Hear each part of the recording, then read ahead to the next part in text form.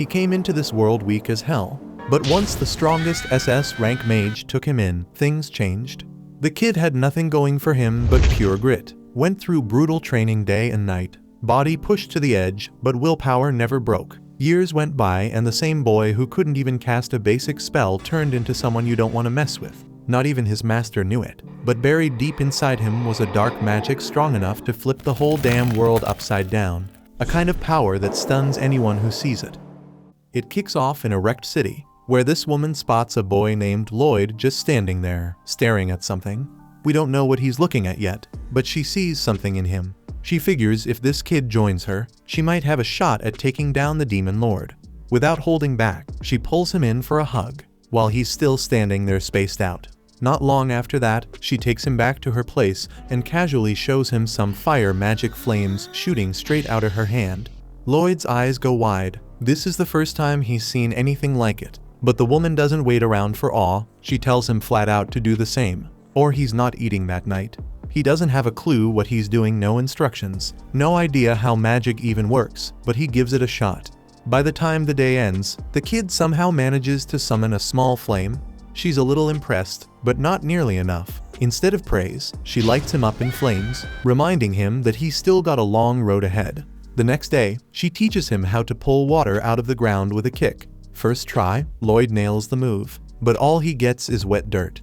She's not impressed and punishes him by soaking him completely. She throws wind magic into the mix too, and as the training keeps going, within just a few months, Lloyd's already pulling off ice magic like a pro dude, makes a full ice statue that looks exactly like her. Lloyd, thinking he's finally earned some respect, starts calling her his master, but she still ain't satisfied. She thinks he's still weak, so to prove how far he's got to go, she makes the statue grab him with magic, then grows it bigger before smashing it to bits. Seeing the power difference firsthand, Lloyd decides to push even harder, doubling down on his training without taking breaks. Then one day, she drinks too much and ends up sick as hell. Lloyd walks up and heals her in a flash. Turns out, she even taught him healing magic somewhere along the way. She gives him a hug for that, but then goes right back to her usual self, saying it still ain't enough, and sends him off for more training. After months of non-stop training, Lloyd's master is sitting with a grimoire in her hands, looking uneasy. Something in that book's clearly bothering her, and before she can even process it, Lloyd walks into the room. The grimoire slips right out of her hands, and when he picks it up to give it back, something triggers the moment he touches it. His body drops instantly. Kid faints on the spot. That's when she realizes Lloyd's got the potential to be one of the chosen two. The way she mutters it sounds like she's a chosen one herself, though it's not crystal clear. Either way, she doesn't want him ending up like her. She's seen what overconfidence can do, so while he's knocked out, she kisses his forehead and slips a spell on him, one that probably keeps his powers in check. Next morning, she brings up something new, calls him a white mage, says that kind of mage focuses on helpful magic, stuff that benefits others.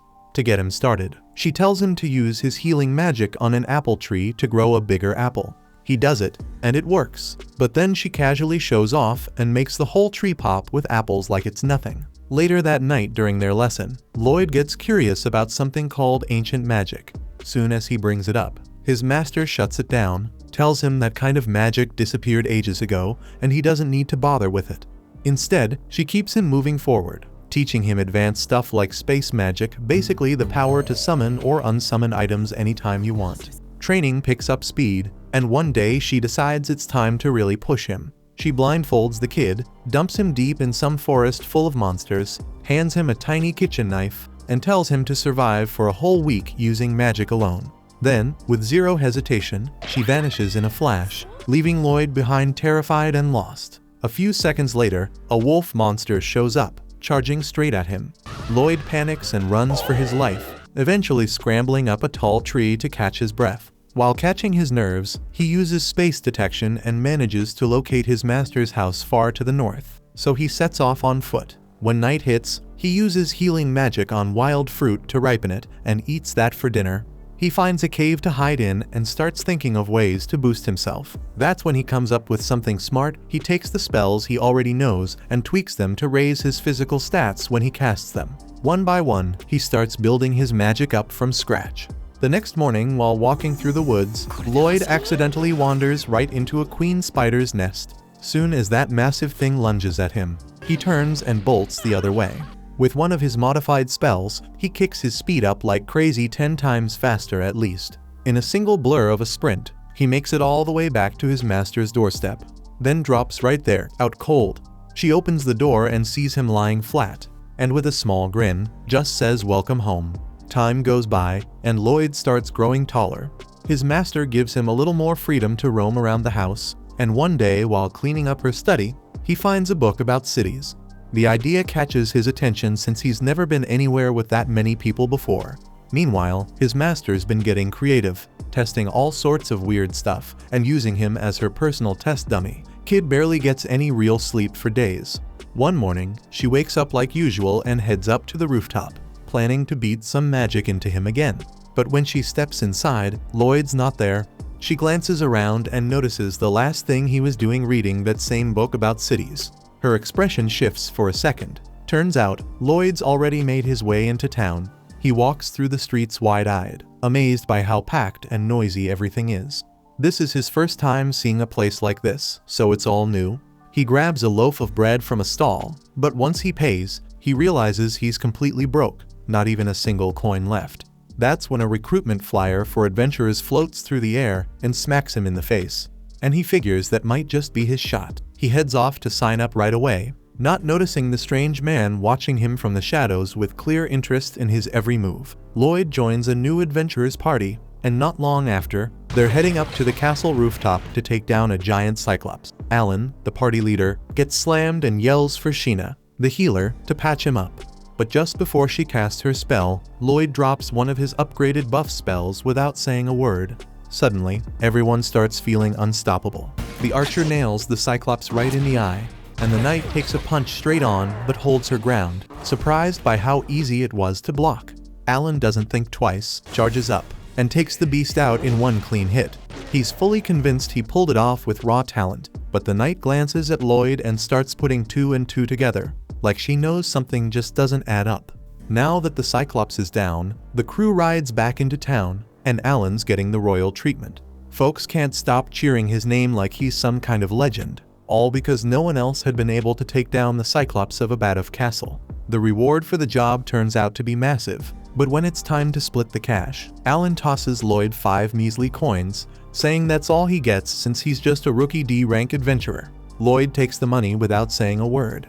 When Alan suggests they toast to their victory, Lloyd politely dips out, saying alcohol's not his thing. That rubs the party's mage the wrong way. She gets all dramatic about him ditching the celebration. But Alan shrugs it off and says no big deal. They can always find another white mage if needed. And it's not like Lloyd did anything worth bragging about in the first place. Lloyd hears it all, but doesn't react. He closes the door behind him and walks away, calm as ever. Meanwhile, back at Merlin's house, the same guy who'd been tailing Lloyd earlier shows up. She calls him Willie and asks if there's any news. He tells her Lloyd made it to town and even joined the hero party. Merlin looks relieved, almost proud. She figured it was about time the kid stepped into the world on his own. As long as he doesn't end up cocky like she was back in the day, he'll be alright.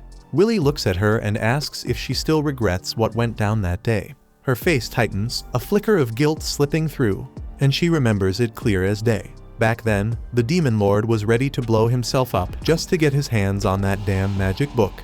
Merlin never saw it coming, and the explosion wiped out an entire village. Nobody stood a chance, including her. But somehow, Sybil, one of her teammates, pulled off a miracle with ancient magic and brought everyone back. Everyone but himself. He gave his life to fix what she couldn't, and that guilt's been hanging over her head ever since. Back on Lloyd's side, he's still with the hero party. Every time they're close to getting wrecked in a fight, he drops a clean buff on them, keeping the team running smooth like clockwork. Thanks to him, they're practically unbeatable, but nobody knows he's the reason they're cruising through every battle. Later that night, Rena's up reading about defense stats when Alan walks into her room. She tells him she's been wondering about something lately. The monster hits don't feel as hard on her shield, and she's not sure why. Alan says he's been feeling stronger too, figures it's just raw talent kicking in.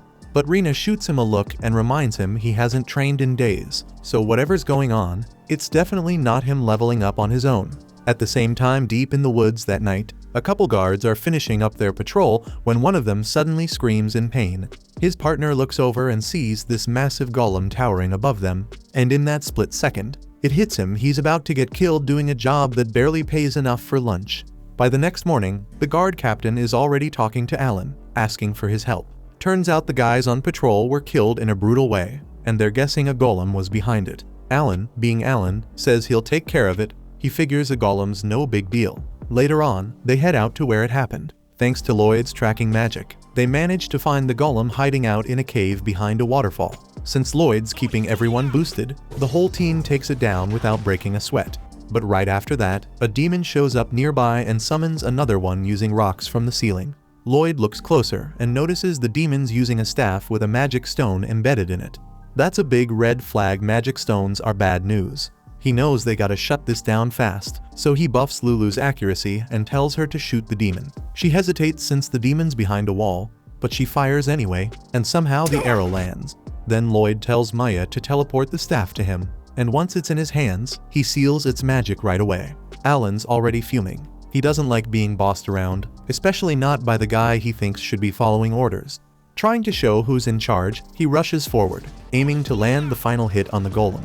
Lloyd sees it coming and knows Alan's about to get his head crushed, so he kicks in a speed spell and dives in, shoving Alan out of harm's way. But instead of a thanks, Alan snaps at him for getting in the way. He finishes off the golem himself, acting like he did it all solo. Back in town, he straight up kicks Lloyd out of the party, saying he's had enough of his attitude and claiming he's been useless the whole time. And after all those years hearing Merlin say he wasn't good enough, Lloyd starts to believe it. He doesn't argue, he just walks away quietly. The next few days are rough. Lloyd tries to find a new party, but no one's looking for a white mage, and most teams are already full. Things start to look hopeless until a girl named Yui rushes into the guild, needing a white mage fast. The receptionist points at Lloyd, and Yui turns to him, asks if he's not with anyone. When he says yes, she grabs his arm without wasting a second and takes off running with him like her life depends on it. A short time back, Lloyd was still dragging his feet around the city, head down and soul crushed after getting kicked out of the party by Alan. He kept hearing Alan's words echo in his head, saying he was nothing but dead weight. All he ever did was hide behind the others and toss out a few heals, and even Sheena could do a better job than that. Lloyd had asked if Alan seriously thought he was that useless, but Alan didn't even answer, just told him to believe whatever and get lost. As he walked off, the girls in the group didn't bother hiding how happy they were to see him gone. They were all smiles welcoming Rena. Throwing shade like Lloyd was some kind of joke they finally got rid of. Eventually, Lloyd made his way to the center of town and found himself staring up at a fountain. The statue on top looked exactly like his master, and that hit him right in the gut. He missed her, missed being trained, missed mattering to someone. Meanwhile, a different squad of adventurers was heading out to take down a bandit stronghold. This was no casual mission either, it was ranked A, so they had to keep it tight. Clum, the ginger in the group, looked off her game, distracted by something and clearly not feeling it. Still, once the battle kicked off, they went in hard before the bandits could even react. Silica, the mage, stepped up first, chanting loud as hell to prep her spell. One of the smarter bandits noticed and told his crew to wait it out till she was drained, then rush them. That was the plan, but they didn't count on Cross having her back. From way off, he fired a shot so clean it ran through a bunch of them at once. Their party was no joke. Yui, the sword fighter leading the team, held her own with no problem, even when she slipped. Daggaz, the big guy with a shield, was there to cover her. Clum came through too, casting a buff that jacked up Daggaz's strength, letting him smash through the front line like a beast. The bandit boss saw the tide turn and tried to make a break for it, but Yui was already in his face. She told him to stand down and not make it worse. He yelled at her to explain who the hell they were and why they stormed the place. But then he spotted the golden pendant on her chest. His face changed quick, he knew what that meant. She wasn't just tough, she was S-rank.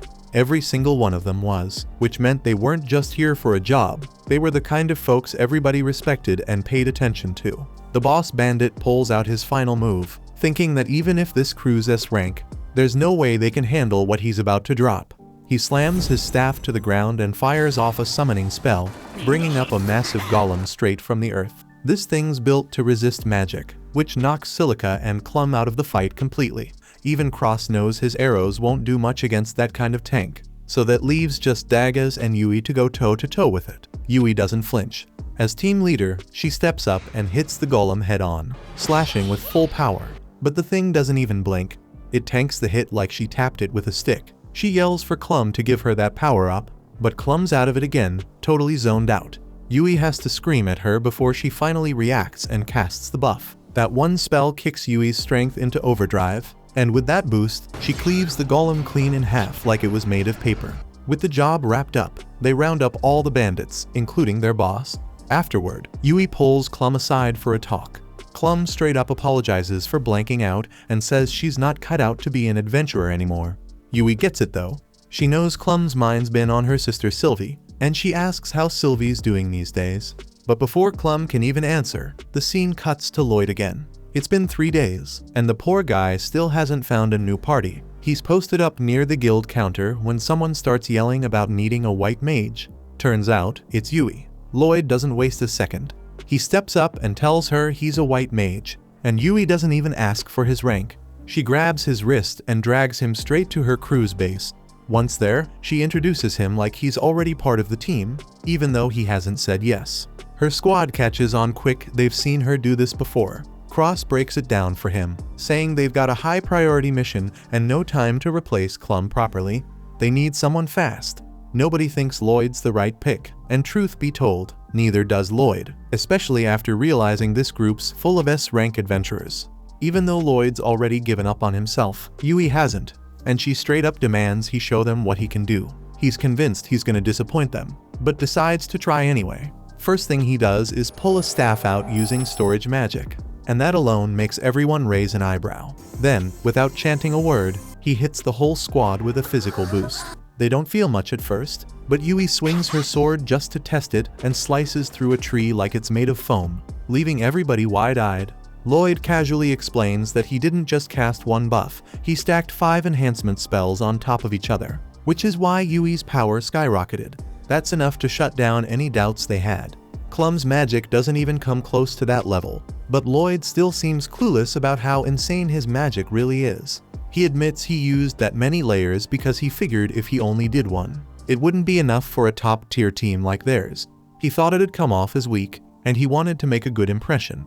Judging by their stunned faces, though, he assumes it flopped and what he did was average at best. Getting talked down to for too long can wreck a person, and right now Lloyd's confidence is in the gutter. He figures they weren't impressed and says he doesn't want to slow them down, so he turns around and starts walking off. For a second, nobody says a word, still trying to process what just happened. But Yui snaps out of it and yells his name loud enough to shake the place. He stops and walks back, just to see what she wants.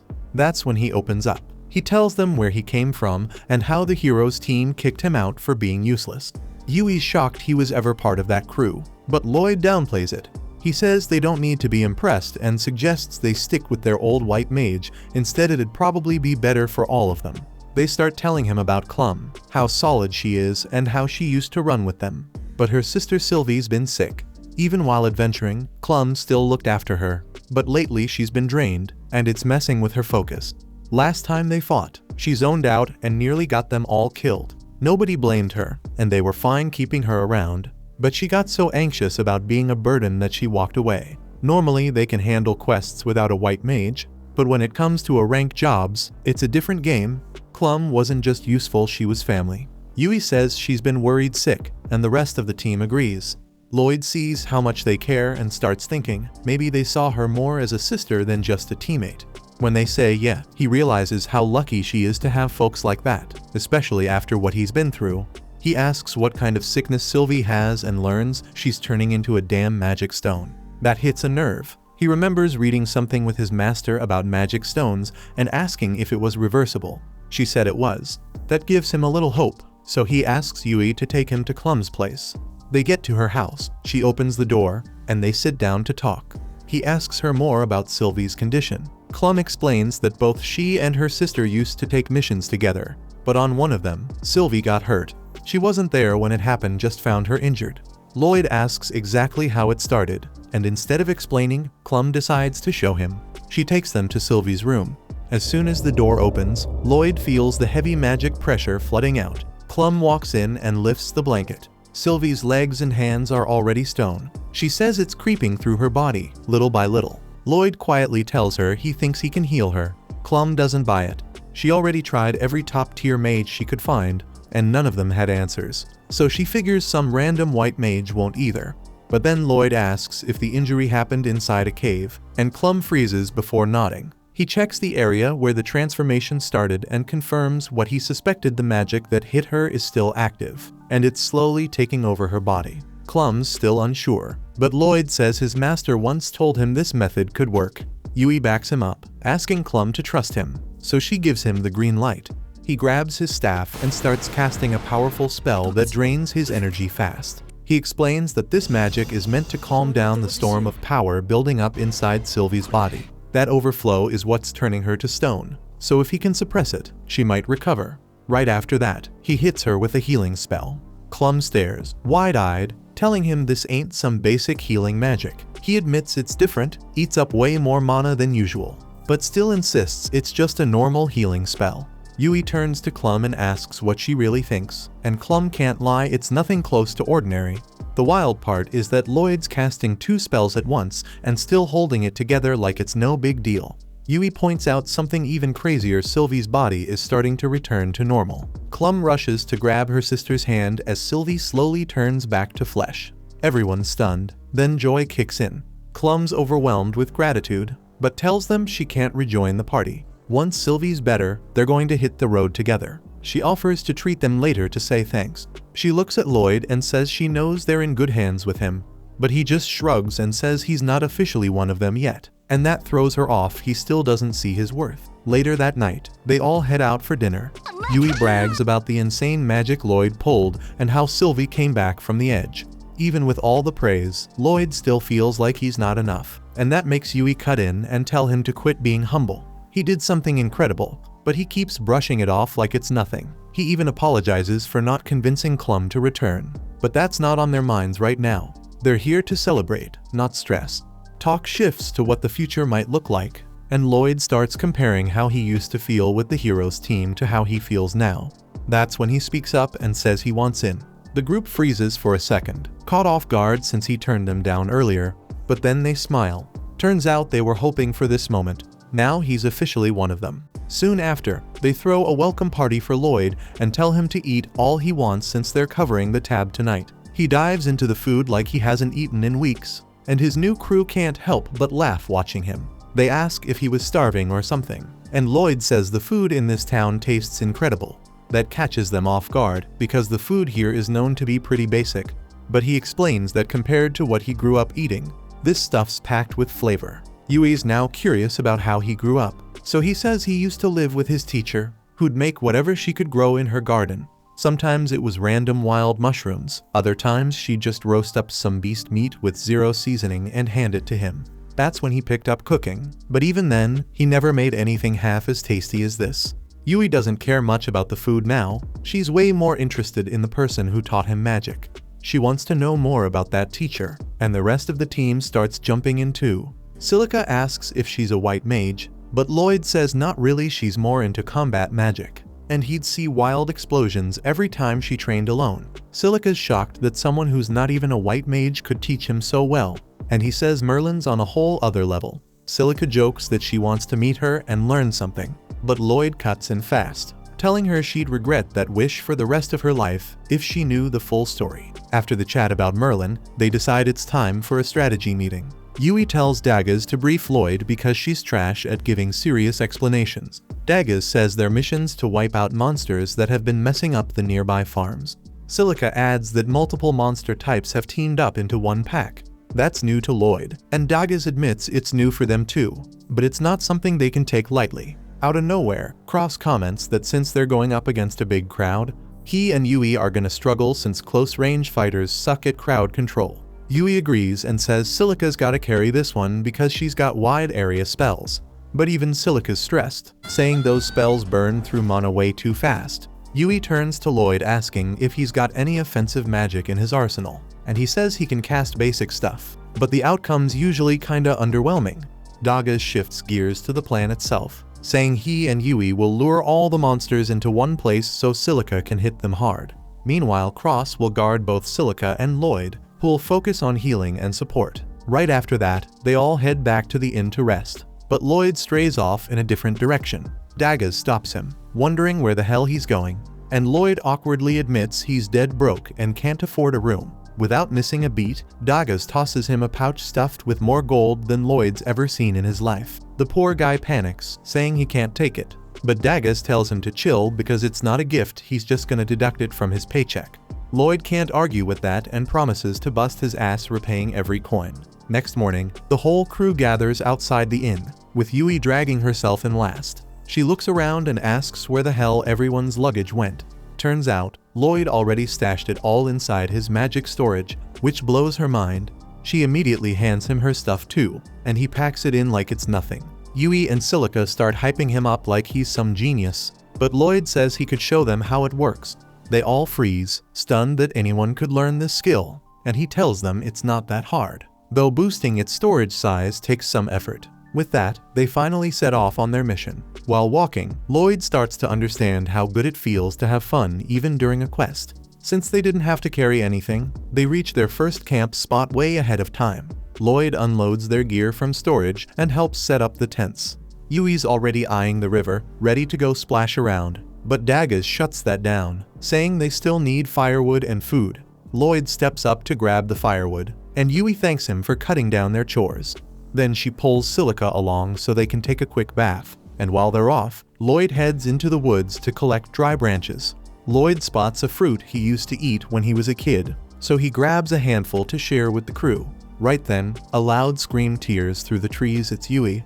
Without thinking, Lloyd bolts toward the sound and finds a huge serpent monster going after Yui and Silica, both caught off guard with no weapons in hand. Lloyd throws himself at the monster, forcing its attention off the girls. That gives them just enough time to run to the shore, grab some towels to cover up, and toss a couple of weapons their way. Once they're armed, Lloyd hits them both with enchantment spells on the spot. Yui charges in and slices the damn thing clean in half with one strike. But even after that, the monster's head still wriggles, trying to land a hit. Silica yells for cover and blasts it with a fireball, frying it on the spot. She stares at the aftermath in shock, wondering how the hell she pulled that off, not realizing Lloyd was the one who boosted her. Yui turns to thank him for saving their asses and asks if he can put her sword back in storage. But then, her towel slips and Lloyd ends up catching a full view of what she's been hiding. They both panic, she screams, and next thing he knows, she smacks the hell out of him.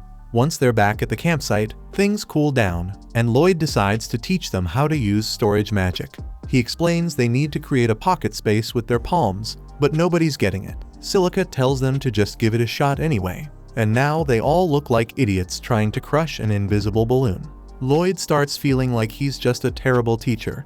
Then Silica randomly mutters storage, and a magic space opens up in her hand. That's when they finally get it. None of them can use magic without chanting like Lloyd does, but if they use incantations, they might figure it out. After a bit more practice, Silica manages to stash her staff inside the space. The others still can't pull it off, but at least now they've got a clue. Later that night, when everyone's asleep, Lloyd and Yui are stuck on watch duty. She quietly sits next to him and thanks him for being part of the party. He tells her he should be the one grateful since he was totally jobless. Then he brings up how seriously she took this quest, all for the sake of their clients, and asks what's really driving her to go this far. Yui opens up about her past, saying that when she was a kid, her village got wiped out by monsters, and she was the only one who made it out alive. That's why, when she heard about this quest, she couldn't turn it down, didn't want anyone else going through what she did. But before she can say more, Lloyd cuts in, telling her to stay quiet. Something's nearby. Yui goes on high alert and summons her sword, while Lloyd tells her to wake the others. Soon the whole group's up, weapons ready. But once they see how many spider monsters are crawling in, they realize fighting isn't the move. They start backing away, trying to retreat slowly. But then, Yui accidentally steps on a twig, and that tiny crack sets the whole damn horde off. Everyone breaks into a run, but those spiders are fast, and before long, they're surrounded.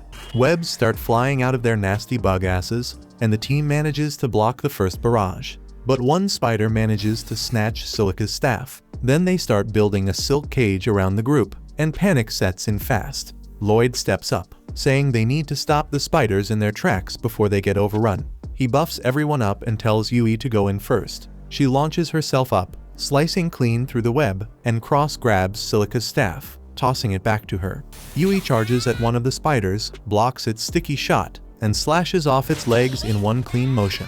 Then she literally rides the stream of silk flying out of it and surfs toward another, chopping that one down too. Lloyd tells Silica and Cross to jump in. Silica launches fireballs while Cross fires arrows straight through them, setting the bastards ablaze. Once the fight's over, Lloyd realizes he was shouting orders the whole time, even though he's the newest one in the crew. He apologizes, thinking he stepped out of line, but Dagas just grins and tells him that kind of instinct makes him a damn good leader. The rest of the team agrees and says they want him calling the shots from now on when things get messy. By morning, everyone's gotten the hang of storage magic enough to carry their own gear. And as they head out again, Lloyd keeps wondering why the hell spider monsters were crawling around in that area in the first place. Couple days later, Lloyd's pulling night watch again, sitting there in the dark thinking about those spider monsters. He starts wondering if maybe they should have taken a closer look at them when suddenly Yui and Silica call out to him, asking if he's seriously planning to pull another solo shift tonight. Lloyd agrees and the girls start getting concerned since he's been doing this non-stop. They tell him he should be rotating shifts like everyone else, but Lloyd says he's fine and wants the rest of the group to save their energy in case a fight breaks out. Yui's about to give him a proper scolding, but Silica gently stops her, saying if that's his decision, they should respect it, though she makes him promise to speak up if things ever get too hard. At the same time, Cross and Dagas are watching the whole thing unfold from their tent, quietly worrying about how damn stubborn Lloyd's being. Next day, they hit the road again. During a break, Lloyd starts scanning the area using search magic to check for monsters. He's relieved when he senses nothing, but then Yui runs up asking what he's doing. He tells her about the spell, it helps him detect nearby threats, and she's surprised saying she never heard of that kind of magic. Lloyd explains the range isn't huge, but it's better than nothing. Yui looks a bit upset realizing he's handling everything alone again, but Lloyd insists he's fine and doesn't need backup. Later that night, he's back on watch like always. Yui mutters that it kinda feels like Lloyd doesn't trust them, even though they're supposed to be friends now. Silica tells her that people have their own pace when it comes to trusting others, and maybe Lloyd's past messed him up a bit. She figures there's a reason he can't see how damn capable he is, and that's why he's trying so hard to make up for it. Yui gets curious about what Lloyd's been through, but Silica says he'll open up once he's ready. On the flip side, Dagas shows up and tells Lloyd to come help with something, while Cross offers to take his place on guard for the night. Lloyd follows Dagas, who sets up this clever trip-wire alarm system to alert them if anything gets close. Lloyd's impressed, and Dagas just tells him straight up the alarms got their backs now, so he better get some rest tonight. Lloyd shrugs, says there's no need for all that, claiming he can handle the job better than some alarm setup. That's when Dagas steps in, staring him down and asking if he even trusts the crew he's traveling with. Lloyd insists he does, but Dagas isn't buying it, says his actions tell a whole different story. Right then Lloyd starts remembering what Merlin and his old boss used to say, calling him useless and green. He admits that if he slacks off he might drag others down. Dagas just smirks, tells him to go ahead and be a burden if he needs to. That stuns Lloyd, not getting what he means at first, so Dagas breaks it down. They formed this party to back each other up, to cover what no one could handle alone. It's normal to cause some trouble now and then. He tells Lloyd to lean on them more, and for the first time Lloyd hears something like that. That little talk gets through to him, and later in the tent, Lloyd actually smiles, realizing he's got folks he can count on now. Next morning he puts it into practice, nervously asks Yui to help fetch some water, and she lights up glad to do it. Meanwhile, a noble named Michelle gets word from some shady black mage who says the magic stones have been planted exactly where he asked. Michelle looks real satisfied, says the plan's gonna go smooth now. The mage adds that the earlier distractions scattered all the top adventure teams, so they won't be sticking their noses in. Only the heroes party is still around and they might mess things up. Michelle says there's no stopping that since the hero only moves when the king orders it. Still, he doubts the guy can stop what's coming next. Back in the woods, Lloyd and the team notice how weird it is that no monsters are anywhere nearby. Lloyd boosts his search spell, stretches the range, and picks up a cluster of beasts about 10 kilometers out. Cross mentions that's pretty close to those farmlands they're heading toward.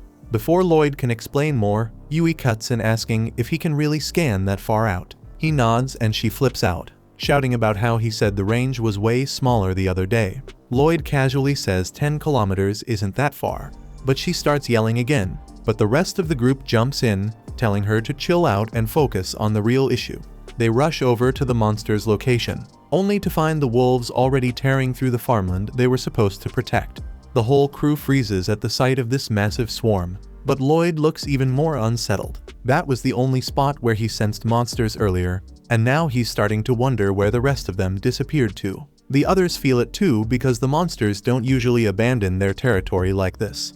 As they try to figure out what the hell's going on, Cross narrows his eyes and spots something weird buried in the middle of the wolf pack. No one else can make it out, so Lloyd casts a quick spell to give himself some telescopic sight. Now he sees it too, a strange black rock sitting dead center in the chaos. He gives the same vision boost to the others, and once they lock on they finally see it.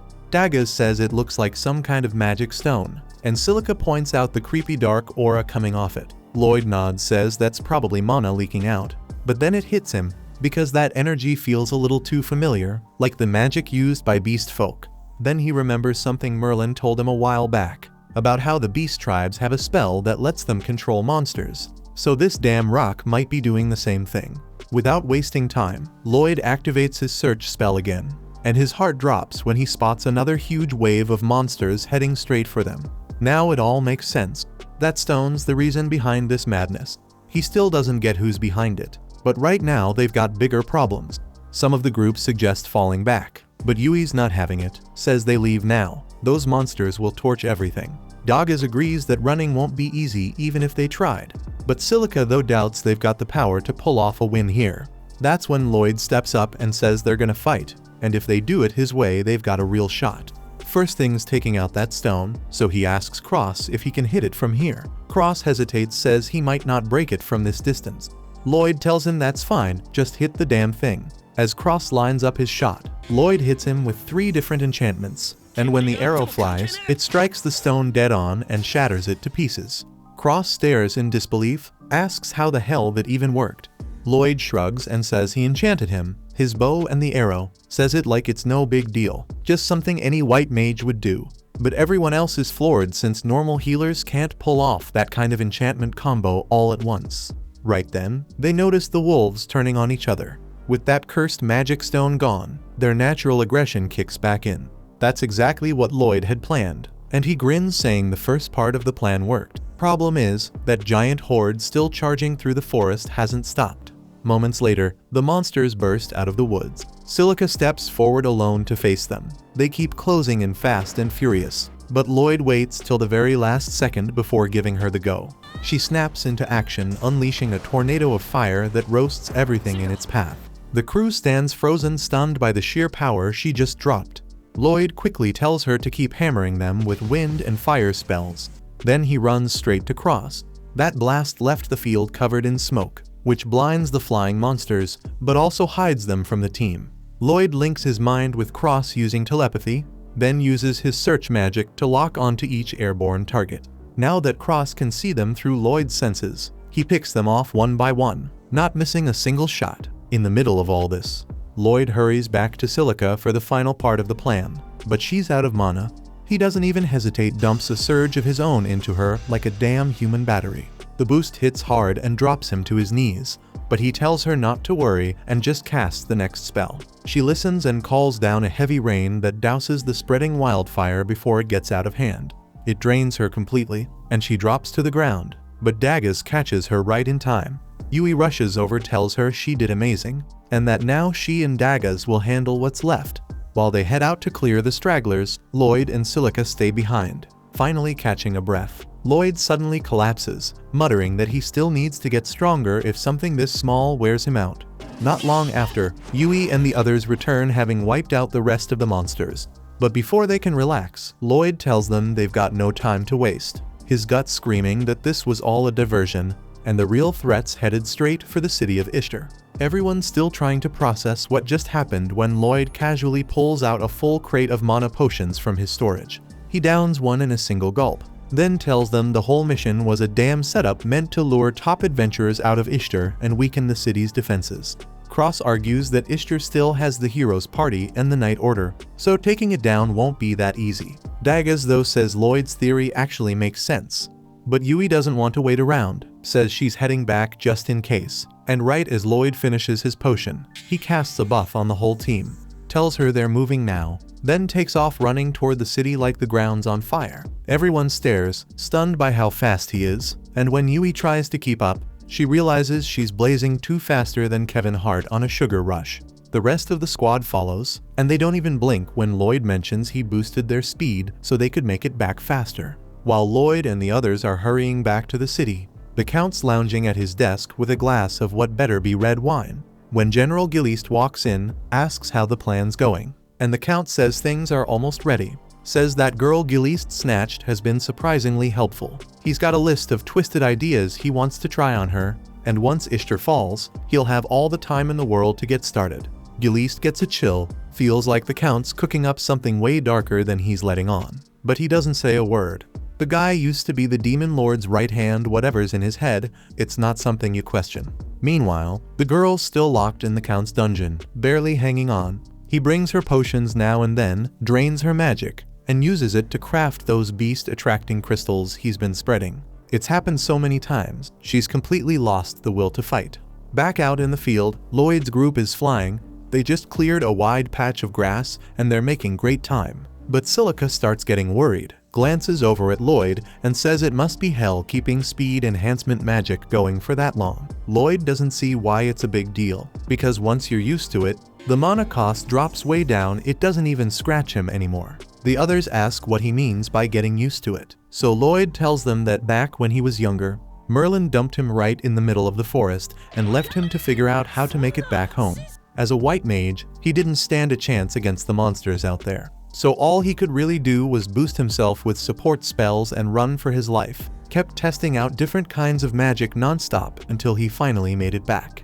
The rest of the group just stares at him stunned, but Lloyd says he figured that's how normal training goes, nothing worth making a fuss over. But Yui and Silica freeze for a second, looking at each other like they can't believe he just said that. Then they break it to him legal guardians aren't supposed to abandon their kids in the woods and hope for the best. They try to be as gentle as they can, but somehow Lloyd takes it the wrong way, thinking normal kids must go through even harsher stuff, and to him, that means he's just not good enough yet.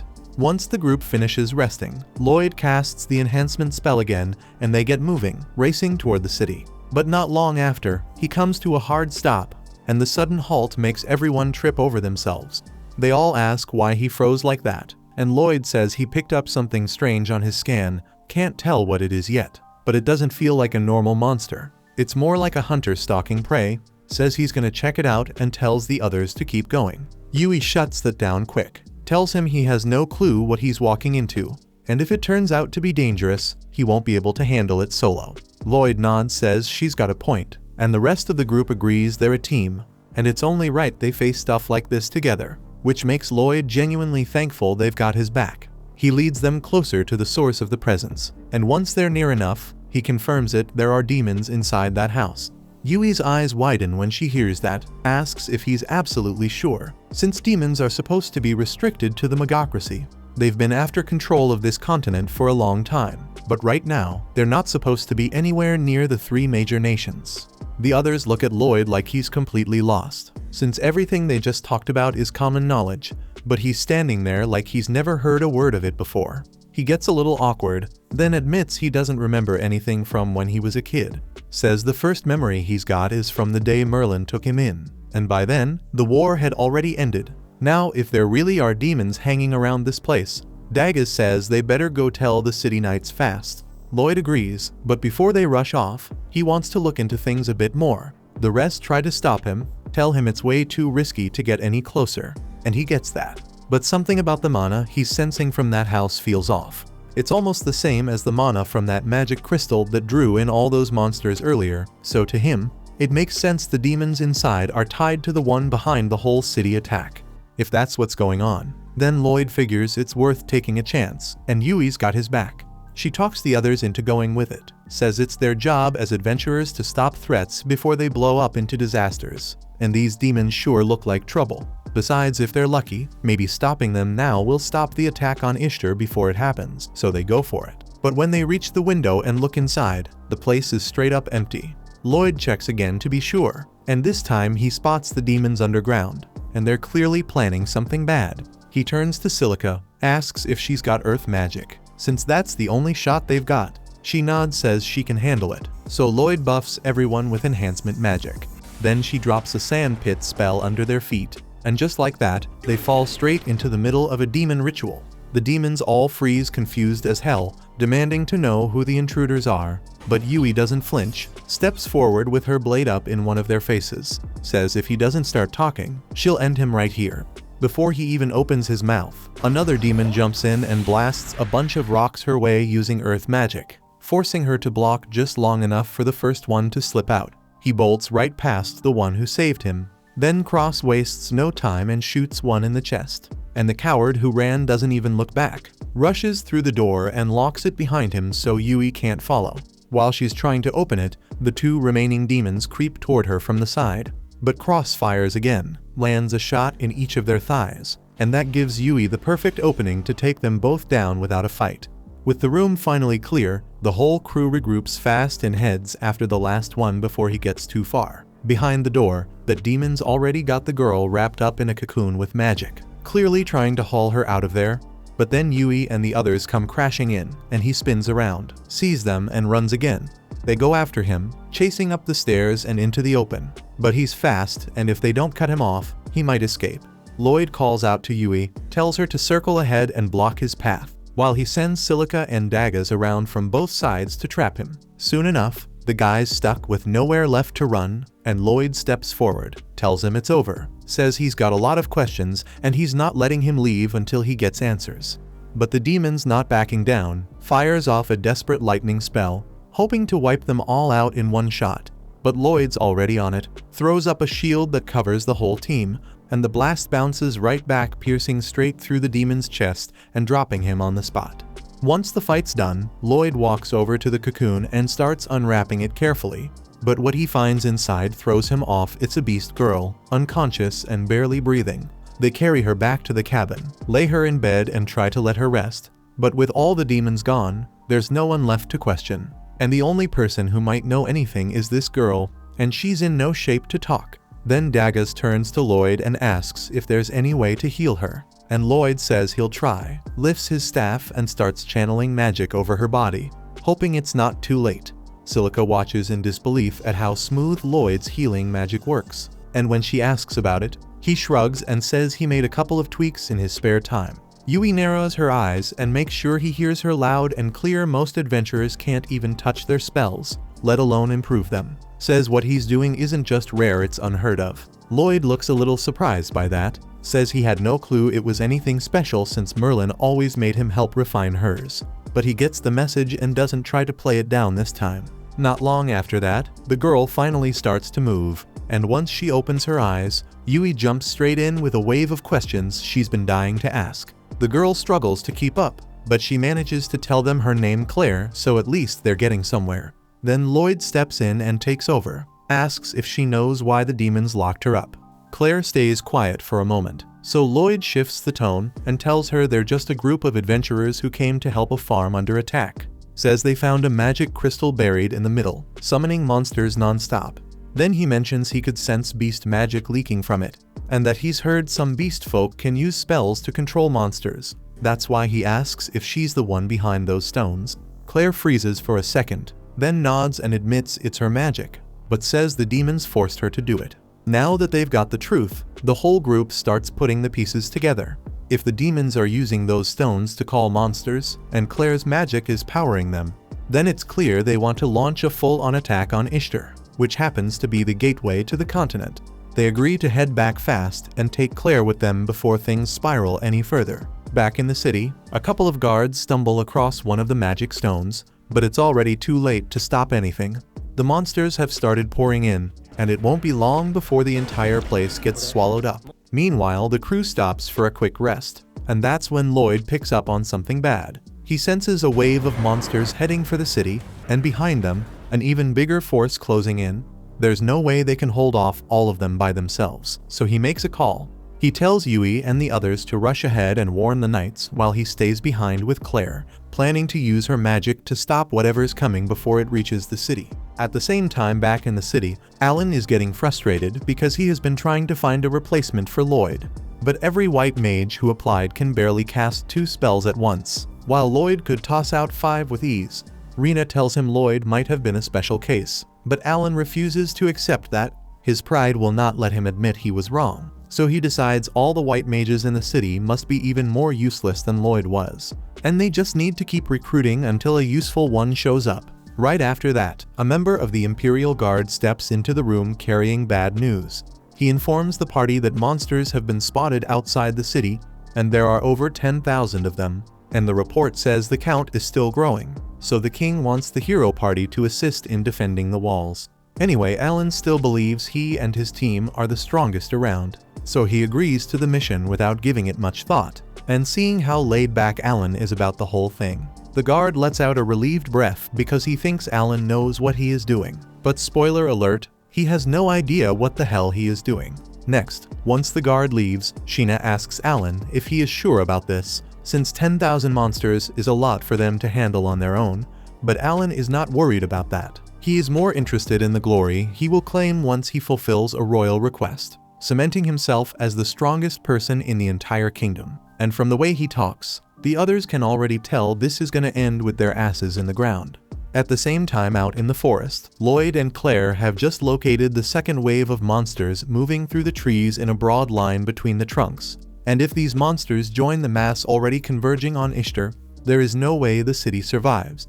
Then Lloyd tells Claire they have to do something to clear the monsters out, but she is uneasy and asks if there is a way to stop the horde without killing them, because even if the demons were controlling her, it was still her power that pulled all these monsters here, so she feels partly responsible.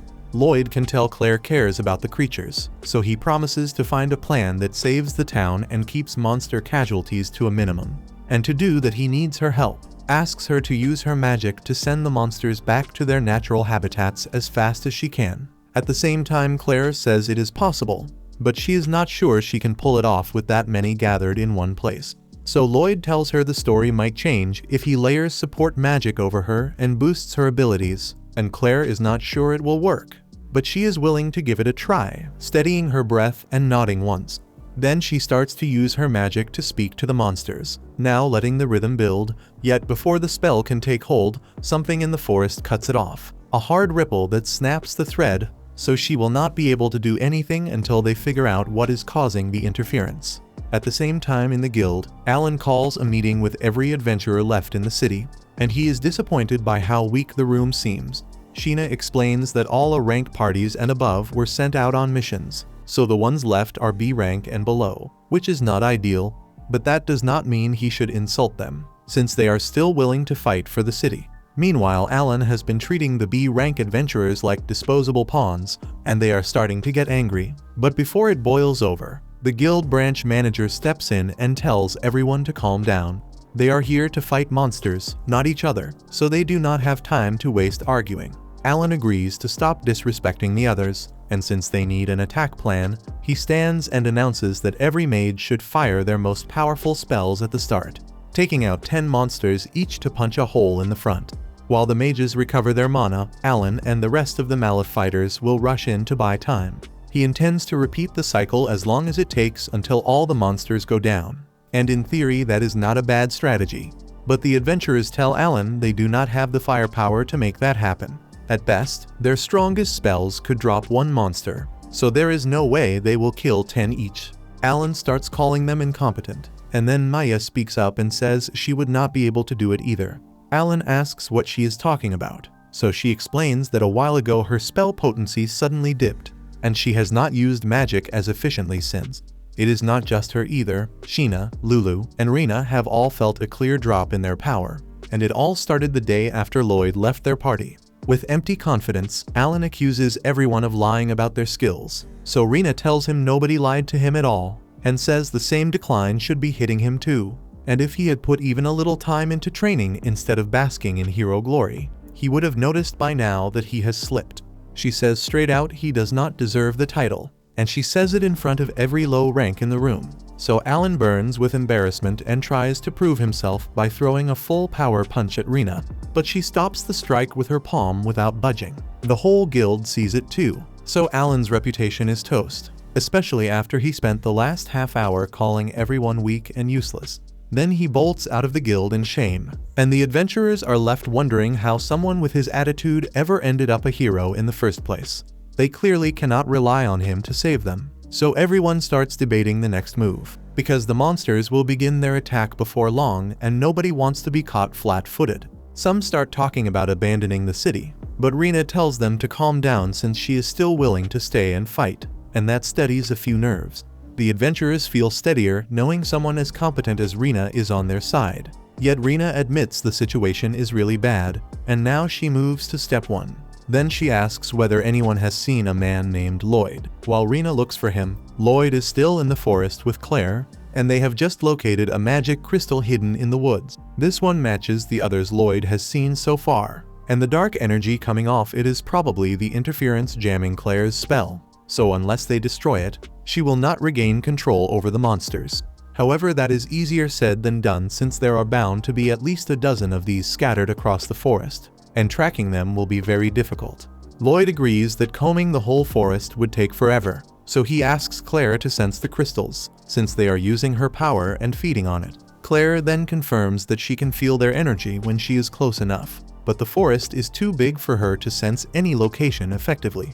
At the same time, Lloyd says it will not be a problem because he already has the perfect plan in mind. And before Claire even gets a word in, he casts sensory sharing on her, stacks an enhancement, and suddenly she can feel every magic crystal in the forest, with each exact location streaming straight into Lloyd's mind.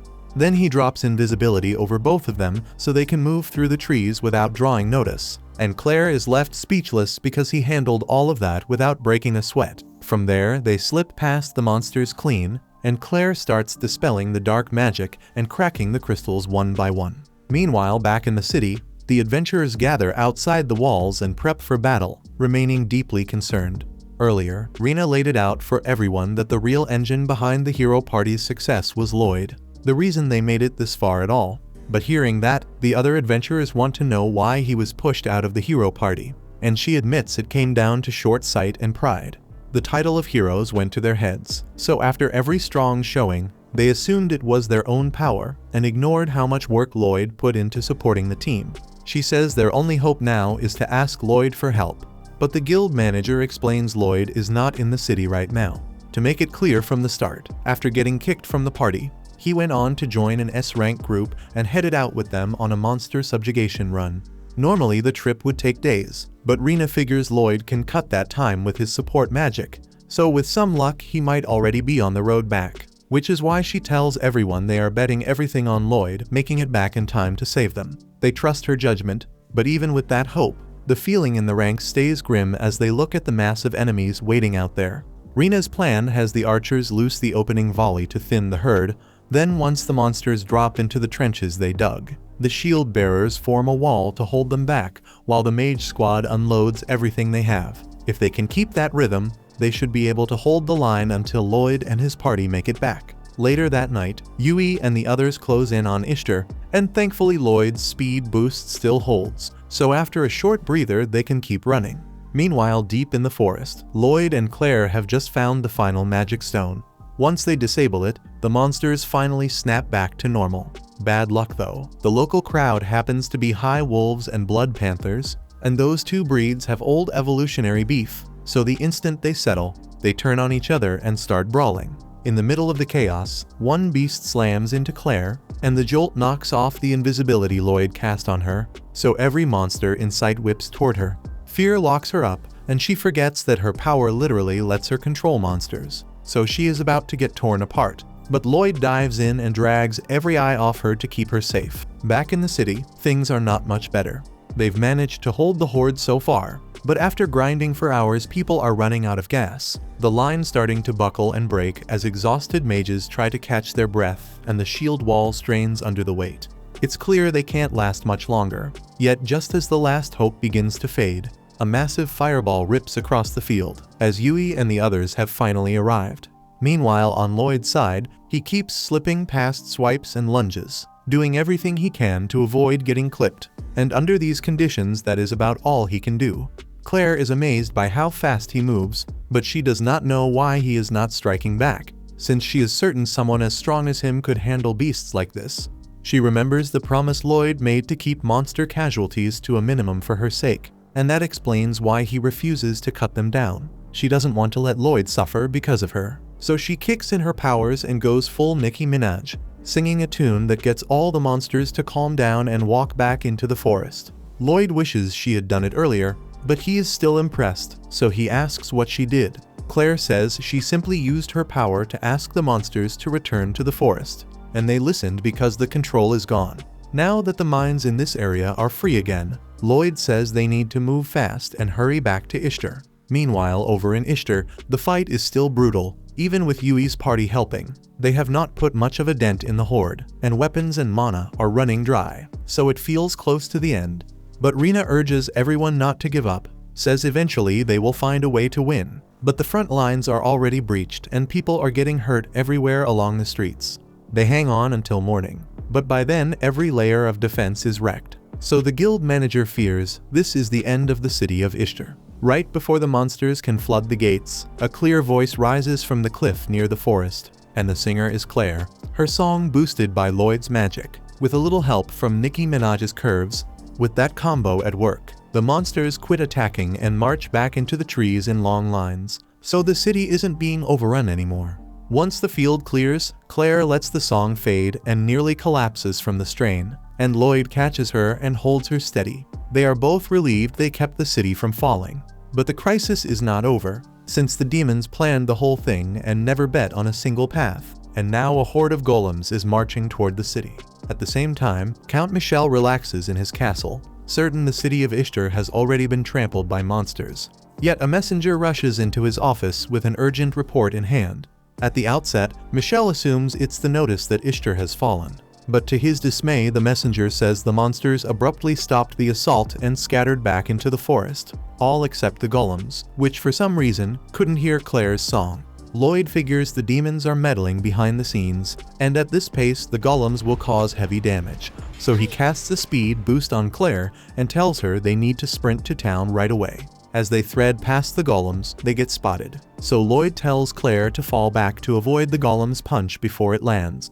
After a quick look at them, it's clear to him these ones have been enhanced somehow, so bringing them down won't be easy. Claire and Lloyd reach the trench around the city, so he takes her by the waist and vaults over it in one clean motion. The soldiers on watch freeze, since clearing that distance while carrying someone isn't normal. Even then, word has spread that Lloyd's enhancement magic is outrageous. After they land on the far side of the trench, he links up with Yui and the others, and they thank him for everything he did to save the city. Lloyd says the credit goes to Claire because her magic drove most of the monsters away, but the golems are still coming, so they need to prepare.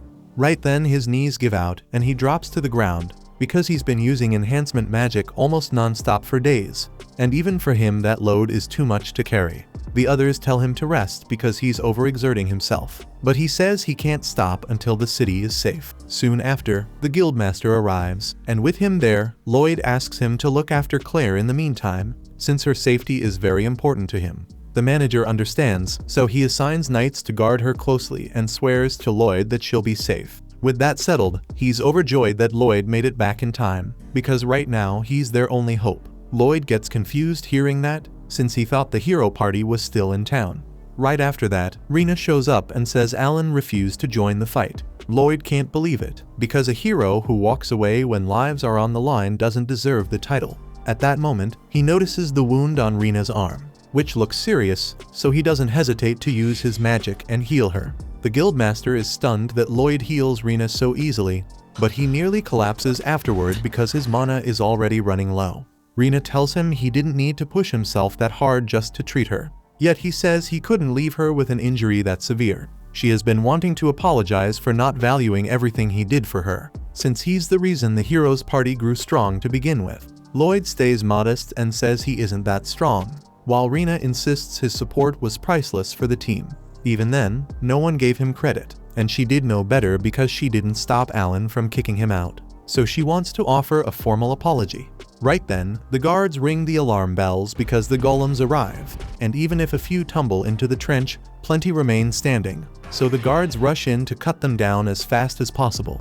Lloyd tries to warn them to wait because these golems aren't normal, but it's already too late.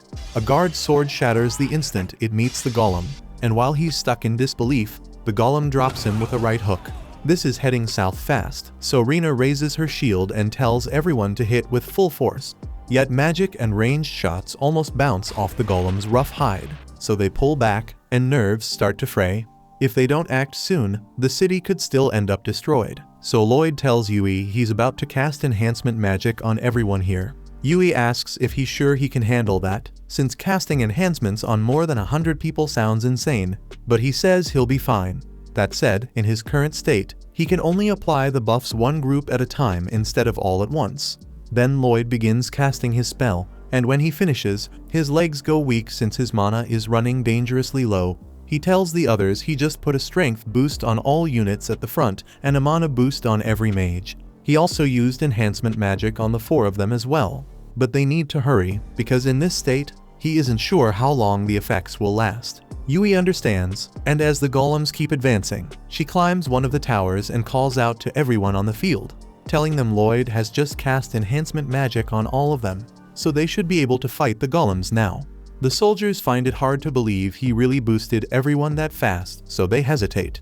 When one of them is about to be crushed by a golem, Rena rushes in and blocks the hit, after which Yui drops from the tower and slices the golem in half. With the first golem down, Rena raises her shield and tells everyone this proves Lloyd's enhancement magic works. Now that they've seen it, they realize they do feel much stronger than a moment ago. With Lloyd's help, they might be able to win after all. At the same time, Lloyd asks Cross to go assist the magic unit in the rear, while Dagas and Silica should head to the front lines as soon as possible. As for Lloyd, he's on the verge of collapse, so a guard runs up to help him stand and leads him to the fort so he can rest. Thanks to the boost from Lloyd's magic, adventurers start tearing through the golems one after another, and Lloyd cheers them on from one of the towers. But just as they are about to defeat the final golem, the enhancement magic suddenly wears off, so the adventurers are once again powerless against it. It may be a single golem, yet if none of their attacks can stop it and it reaches the city, it will wreak havoc. Yui runs out in front to block its path, and as it's about to strike, Rena shoves her aside so Dagas can block the punch. Even so, they won't be able to stall it for much longer like this, so Lloyd knows he needs to act, but his mana reserves are almost completely dry by now. But he still manages to scrape together enough energy to enhance Yui's sword. Yui picks up on what Lloyd did, then asks Dagas and Rena to cover her for a moment. The two of them raise their shields as Yui grips her sword, and the instant they block the golem's punch, she sprints up its arm and slices its head off. With that, the city of Ishtar is saved, and Lloyd lets out a breath because he can finally rest. Over in Michelle's castle, the general barges in because he just found out the beast girl they captured for their plan has escaped, and he wants an explanation. As soon as Michelle realized the attack had failed, he knew the general would be upset, so he packed his bags and slipped out. The general flies into a rage over this, and after he's done trashing Michelle's office, he decides he's going to kill the person who interfered with his plans. Back in the city, Lloyd wakes up in an inn, and shortly after, Yui comes to check on him. She's glad he's awake since he was so exhausted he slept for a whole day. The first thing Lloyd does is apologize because he blames himself for not being strong enough. But Yui is fed up with how much he undervalues himself, so she tells him to come with her because there's something he needs to see. She leads Lloyd to the front door, and when she opens it, he sees a huge crowd gathered outside waiting for him. He freaks out and closes the door because he's never had such a big crowd calling his name before. So Yui tells him they're just here because they want to thank their savior, and it's rude to slam the door in their faces, so he should go out and greet them properly. Yet by the time she opens the door again, Lloyd has already jumped out a window, and he's circling the block to avoid the crowd. Meanwhile, at Merlin's house, Willie stops by to visit. Just as he's about to open the door, a huge explosion goes off. Merlin comes out, and Willie tells her an explosion isn't a way to welcome a guest. But in her defense, she thought he was an intruder. Willie doesn't mind since he didn't get hit, and Merlin is still impressed by how he always manages to walk away unharmed from her spells. When he steps inside, Willie spots Thor and Lily, two of his and Merlin's old teammates from their hero days. and it's been ages since they were all together like this. Merlin asks if he has any new word on how Lloyd is doing. So he tells her that Lloyd was kicked out of the hero party a while back. Merlin is shocked to hear it, and she can't understand why the party wouldn't want Lloyd on the team. But Willie says there's no need to worry since Lloyd is now with an S-rank team, so he's doing alright. Merlin is relieved to hear that, yet there's something else Willie wants to tell her, because even if he has never spoken to Lloyd, he has watched him long enough to feel that Merlin must have used some pretty rough parenting methods. Back in the city, Lloyd is watching from the top of a building as crowds of people flood the streets looking for him, and he hasn't figured out what's going on. Right then, his friends find him up here, and he asks them why so many people are after him. So they tell him the people want to show their gratitude for what he did to save the town. However, Lloyd doesn't think he deserves any gratitude, because to him what he did was the least anyone should do. But Yui tells him he's looking down on himself again. He keeps setting unrealistic expectations and beating himself up for no reason. So they all tell him he could use a little more confidence in himself. For the first time, Lloyd seems to understand what they mean. Over at Merlin's house, Willie tells her that Lloyd is far too humble for his own good, and he has no real sense of how strong he is. So it's a miracle that he found a team who wouldn't take advantage of him. Merlin realizes she might have messed up with how she trained Lloyd, but she didn't want him to repeat the same mistakes she made. At the same time in the city, Lloyd finally agrees to face the crowd, and everyone begins thanking him for powering them up during the battle. As far as they're concerned, Lloyd is the new hero of Ishtar. And as for Alan, he and the others are in serious trouble now.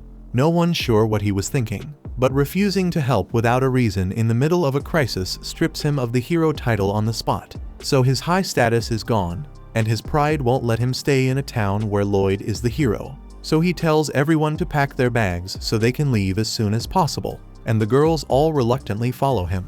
The next day, Lloyd and the rest are summoned to the Lord's castle, and when they arrive, they're surprised to find Claire waiting there as well in person. Yui asks if the Lord called her too, and a few moments later, the Lord appears and explains that Claire is actually here as an honored guest. They take their seats, and Lord Abel informs them that Claire is in fact the third princess of the Forez Empire, which makes her very important to everyone involved.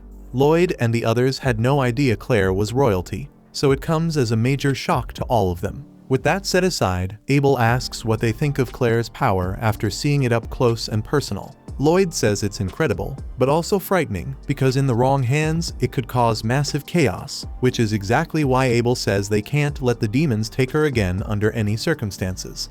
The Empire will want its princess back soon, so Abel has a special job for Yui's party. He wants them to escort Claire to the royal capital Sylphus, and under normal circumstances the royal knights would handle that duty. But that would draw too much attention, and Abel doesn't want to risk tipping off the demons to Claire's presence. It's clear the demons crave Claire's power, and Lloyd is certain they won't give up easily or back down at all. So he and the rest of the team agree to escort her to the capital, and the following morning they set out on their journey. While they're on the move, Lloyd checks the map and guesses they'll reach the next town before long. So Cross grumbles about how far the capital still is, saying it's already been 10 days since they left Ishtar. Doggies explains they picked a longer road on purpose just to keep things safer. That's when Claire suddenly lights up and tells Yui the town they're headed to has hot springs, which totally puzzles the sheltered princess. Claire says she's heard about them before, but never actually got to enjoy one. That surprises Yui, who tells her she hasn't really lived until she's tried it. Cross starts feeling uneasy seeing how chill Yui's acting during a mission this classified. But Dagaz figures it's her way of caring for Claire in her own way. Lloyd doesn't really follow, but Cross catches on fast it's because Claire would only feel okay if they stayed serious the whole time they're guarding her. After that, Silica points out it might be good for the princess to unwind a bit, since she rarely ever gets to leave home or see new places. And that makes them all appreciate how far their leader's simple mindset can go sometimes. When they finally get to town, they waste no time and head straight to the hot spring like Yui suggested. Yui and Silica jump right in and don't even think twice about how weird it is that no one else is there. Claire, meanwhile, is still nervous about taking off her towel since she's not used to bathing with others, and the whole thing feels a bit awkward. Silica and Yui get it, but they tell her there's nothing to worry about. They're all girls anyway. Claire ends up giving in, but only if they promise not to stare too much. After a short while, Yui's staring straight at Claire, and just as Claire's about to call her out for acting weird, Yui blurts out a compliment on how elegant and slim she looks, says it suits a princess perfectly, but Claire still feels a little self-conscious since she doesn't have curves like Silica. Yui's chest is pretty full too, but Silica jokes that it's just because Yui's been stuffing her face with sweets lately. Yui jumps up ready to argue, then remembers how much meat and dessert she's had these days, so she can't really deny it. Still, she doesn't love being teased about it, and while those two go back and forth about boobs, Dagas, Cross, and Lloyd are on the other side of the wall scrubbing each other's backs, and they can hear every single word. Dagas and Cross are both trying hard to keep their minds off the nonsense, but Lloyd's already focused somewhere else. Since the demons are after Claire, he figures they'll make another attempt to snatch her. A massive invasion inside the kingdom is unlikely, but sending in a smaller elite squad sounds a lot more realistic, so Lloyd needs to think of countermeasures.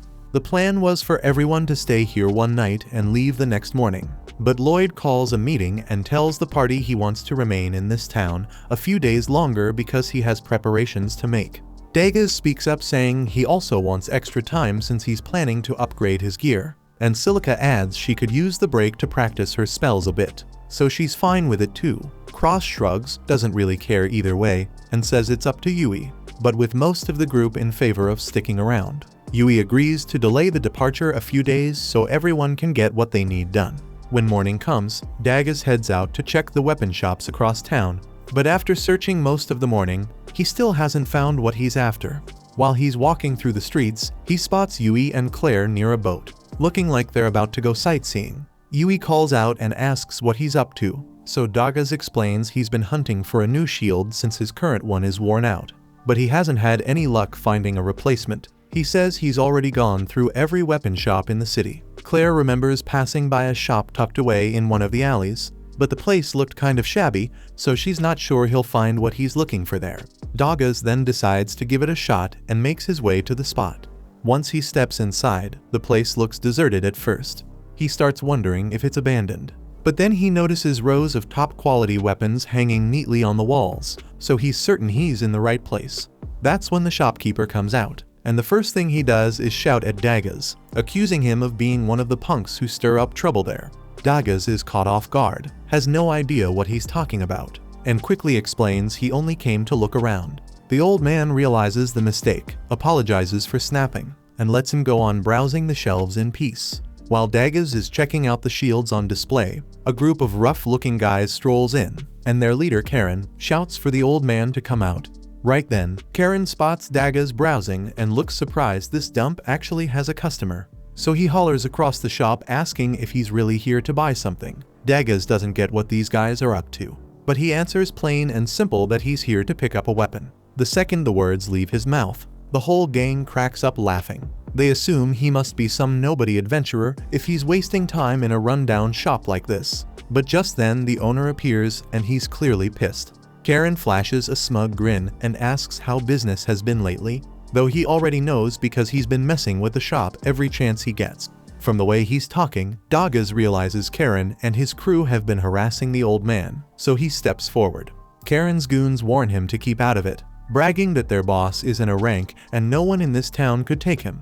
That might have been true if there wasn't an S-rank shield user standing right in front of them, though Karen has no clue who he's dealing with, and he keeps patting himself on the back for being a rank. Dagas asks why an adventurer with his rank would waste time bullying an old man, so Karen explains he's been trying to buy an artifact from the shop. Every time he shows up, the old man refuses to sell it, saying Karen's not worthy. The owner doesn't want to hand it to someone who'd never unlock its real power, but Karen doesn't care, says he'll just beat the old man until he hands it over. The moment that comes out of his mouth, Dagas steps between them and calls him a disgrace to adventurers for even thinking about that.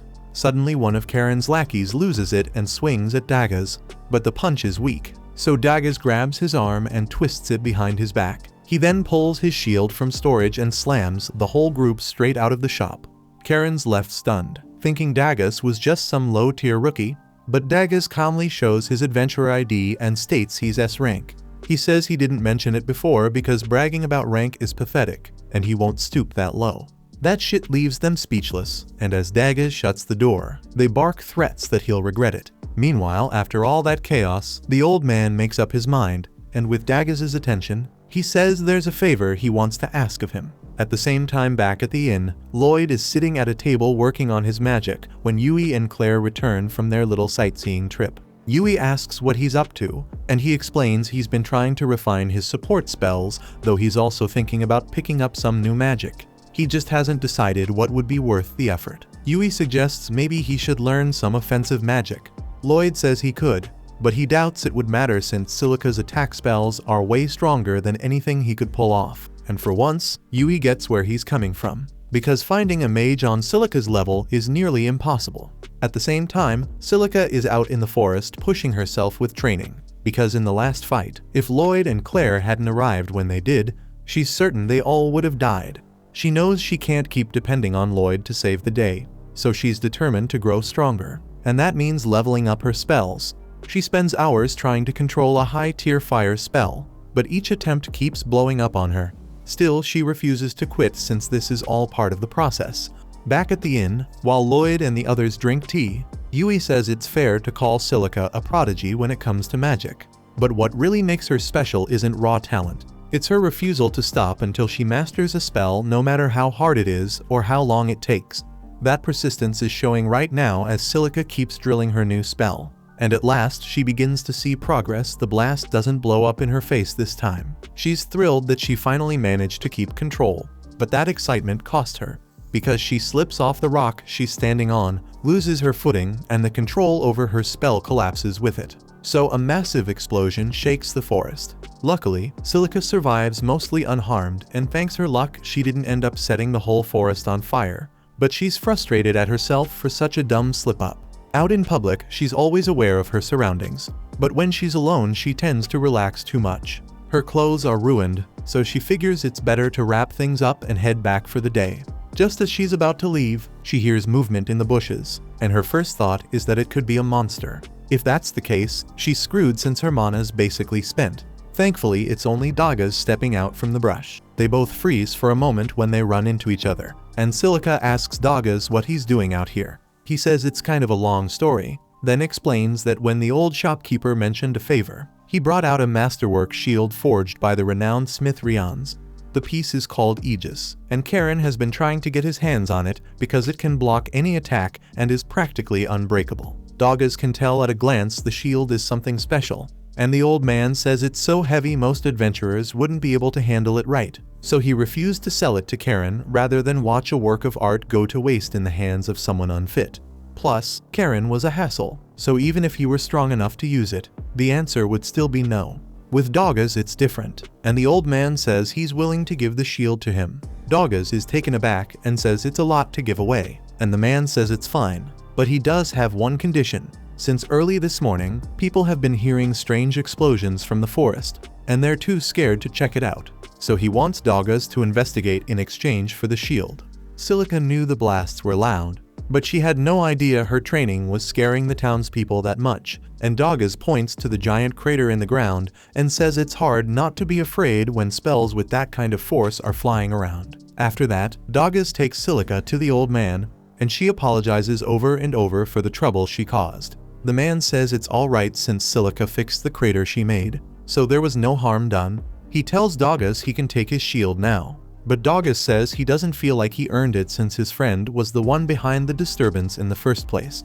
Even so, the man wants him to have it anyway because he respects Dagaz as an adventurer. Back home, Silica and Dagaz tell the others everything that happened today, and Dagaz shows them the shield he was given.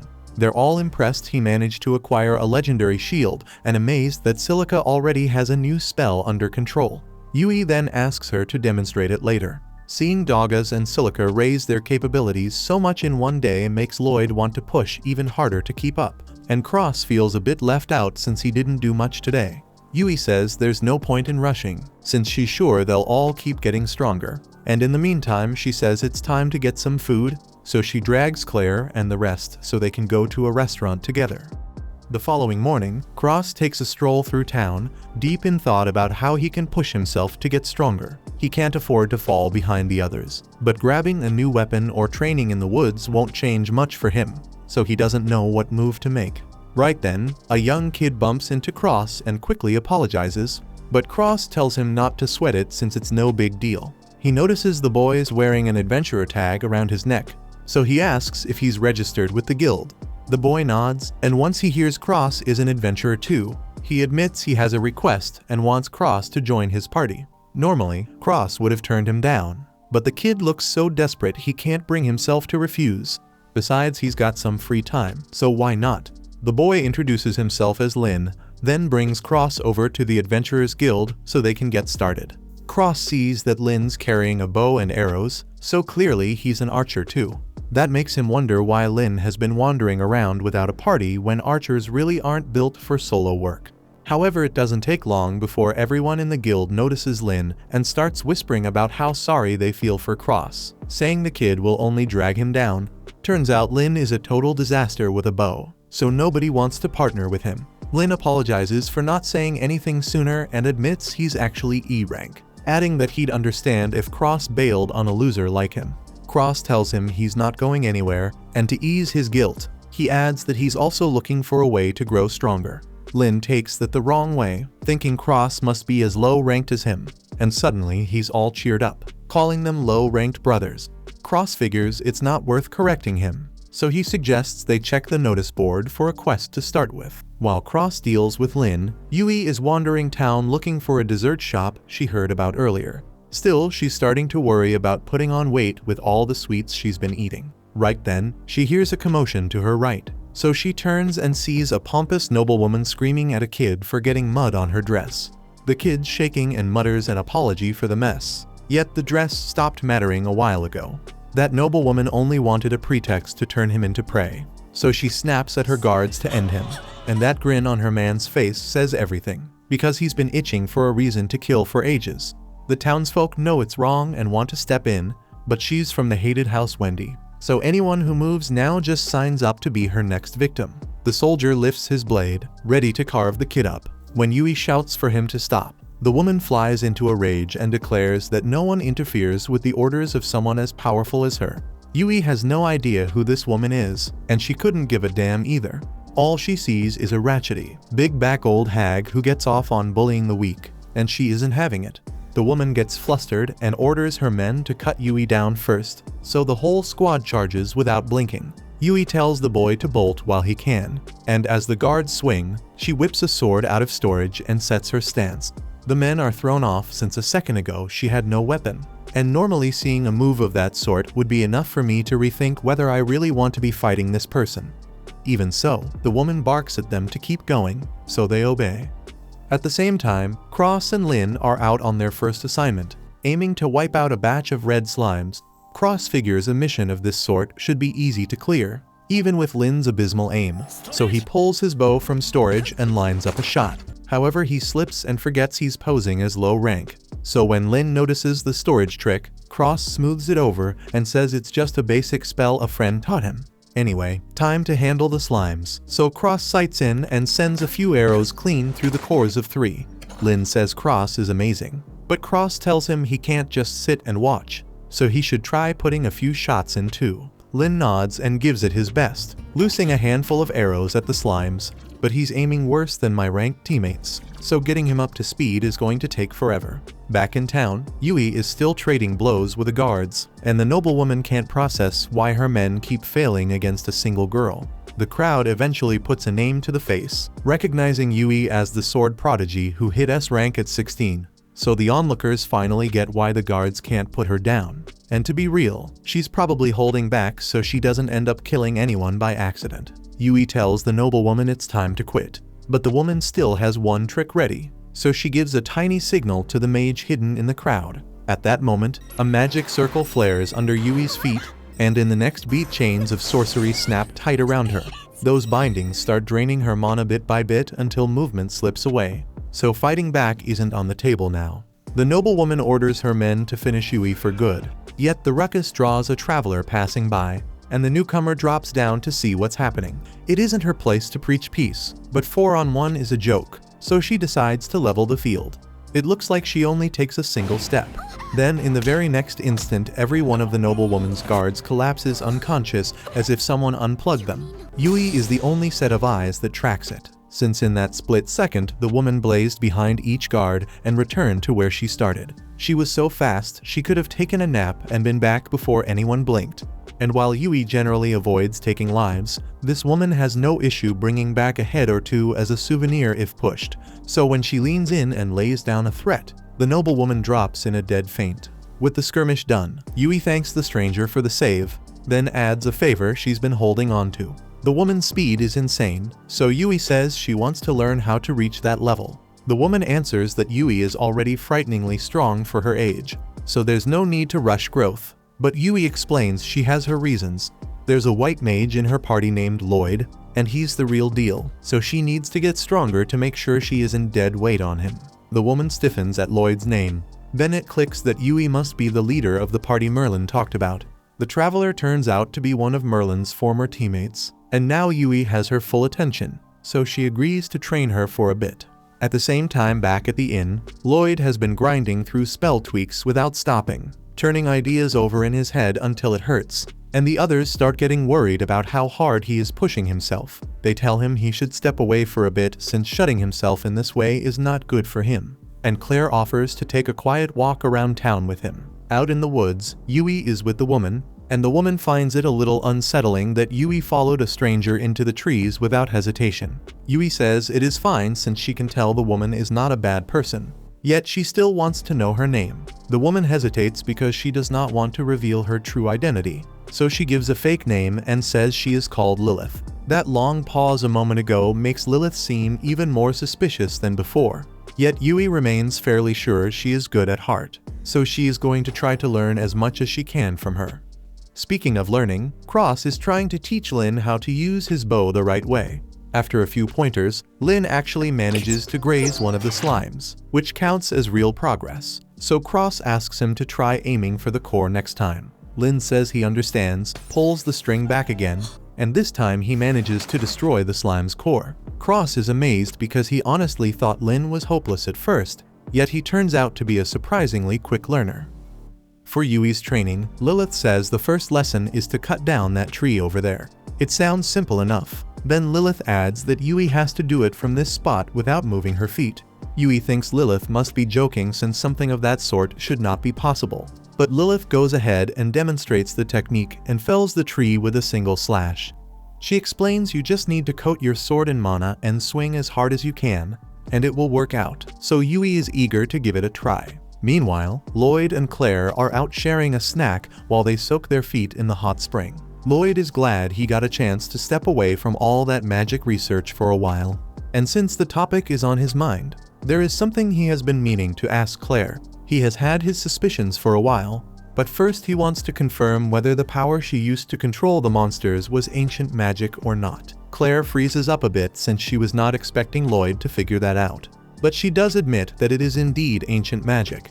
That lines up with what Lloyd expected, since magic that impressive could not have been developed in the modern era, and that leads him to his second question, so he asks if it would be possible for him to learn how to use that magic as well, since it might help with his research, but Claire tells him he cannot. An ancient magic user is said to only appear once every few centuries when a gifted child is born, and anyone who tries to wield it without the natural talent suffers brutal backlash. There are even stories of a man who used ancient magic to protect an entire village and ended up losing his life because of it. So Claire warns Lloyd he has no business messing around with something that dangerous.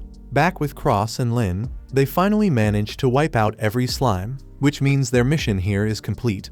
It would have been wrapped up faster if Cross could reload instantly, but that's just one of the built-in drawbacks of being an archer. Even so, he tells Lin they should head down and gather the slime material. But right then Lin spots a giant spider. That thing is a high-level monster, so Lin says they should bail, but if they run now, the spider will eat all the material they worked so hard to gather. Cross refuses to let his effort go to waste, so he fires an arrow straight at the spider's head. Yet a single shot is nowhere near enough to hurt it. At that moment Lin thinks of a plan and tells Cross to try rapid firing. Cross insists that isn't possible, but Lin snaps at him to shut up and start using his storage spell more aggressively. Cross had never thought of that before, but he decides to test it out, and after firing one arrow, he instantly pulls another from his storage spell to replace it. cutting out his reload time completely and letting him blast through the spider's shell. As for Yui's lesson, she spends the entire day working on the mana slash. But no matter how many times she swings, it just doesn't click. Lilith can tell she's trying her hardest, but she might need something to push her. So Lilith purposely allows herself to be attacked by a roaming panther, forcing Yui to jump in to defend her.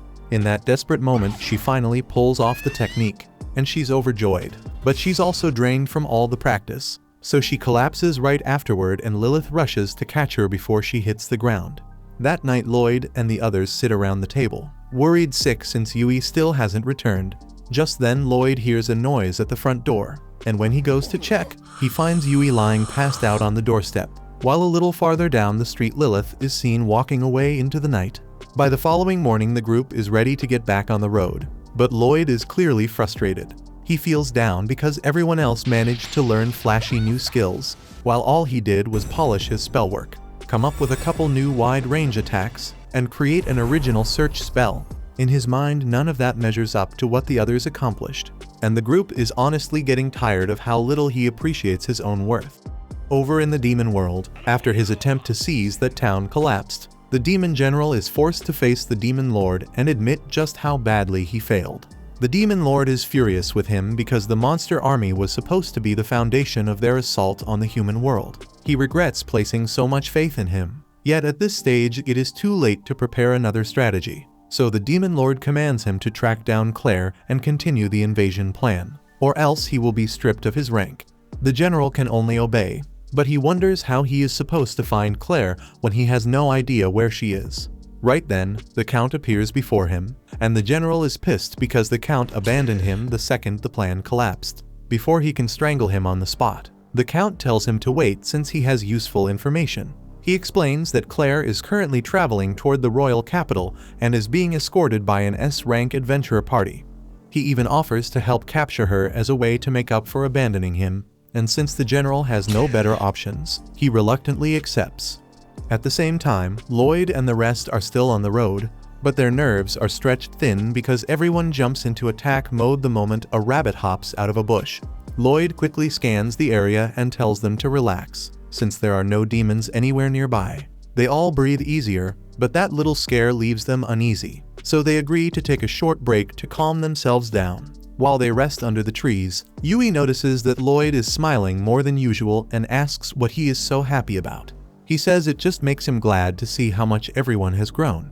Yui already knows where this is heading, so she asks him about his own progress. And unsurprisingly, Lloyd says he has been trying his best but needs to work harder so he does not drag the team down. This is already the 7th time they have had to bring this up with him, yet he still does not seem to get it. So Yui reminds him of the celebration that was held in his honor back in town. Lloyd admits he understands he is not useless anymore, but he insists he could still do more to keep pace with the group. The others cut in and tell him that the only reason they have been pushing themselves so hard lately is because they are trying to keep up with him. Lloyd tries to tell them his skills are nothing special next to his master, and while the others do not exactly know who that master is, Claire for her part says plainly that from what she has seen, Lloyd is the strongest person on this team. Yui adds that he needs to start recognizing what he can actually do, because if he keeps selling himself short, then he will never draw out his full power in a fight, so he should meet his own standards head-on. Lloyd was barely tracking the lecture a moment ago. Still, he understands what his friends are trying to say, and from there he promises to be more confident in himself moving forward. At the same time, the one who saddled Lloyd with those confidence issues in the first place is already in the royal capital searching for an old friend. Her trail leads straight to the royal castle, so she heads for the gate, but the guards stop her since only authorized visitors may enter. So Merlin quietly casts and pulls off the almighty shut up and sleep move, dropping the guards in an instant. Then she walks into the castle, and before long she reaches a library that looks intriguing. Even so, all of it is nothing but an elaborate illusion, so she strolls to a rear wall and with a light wave of one finger, dispels the masking magic on it, revealing a hidden door. She is about to knock, and right then Lowen opens up to welcome her. Lowen can tell the unexpected caller is Merlin because her mana carries a pleasant scent, and since it is good to see her again, they sit down together for tea. First things first, Lowen lets Merlin know that the previous Demon Lord's son now runs the demon megocracy. Yet they have kept a low profile these past few years, so things here have stayed relatively peaceful. Merlin remarks that the Emperor must think very highly of Lowen to let her use the castle library as a research lab. And Lowen says it simply ended up that way when she tried mimicking some of Merlin's magic. Merlin claims she has no spells worth copying, but Lowen calls that nonsense and reminds her that she is the one who originally devised the technique for using storage magic, and she can cast countless spells without an incantation, all achieved by applying her own analysis of ancient magic. Merlin answers that those were necessary breakthroughs to bring down the Demon Lord, and since they are on that topic, she wants Lowen to examine this book she brought.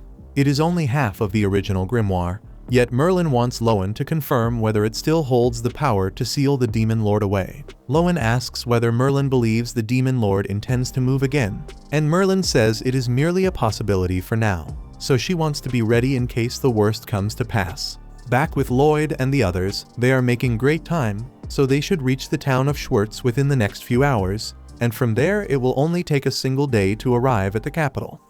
At that point, Claire grows uneasy since dusk is closing in, and if they fail to clear the forest before nightfall, monsters could ambush them. Cross says that should not be a real problem because Claire can control monsters, yet she reminds him the spell still takes time to set up, so if they get caught off guard, she will not have enough of a window to activate it and lock things down. To be safe, Lloyd decides to run a quick scan of the surroundings so he can confirm there are no threats nearby. But then he realizes something is interfering with his magic.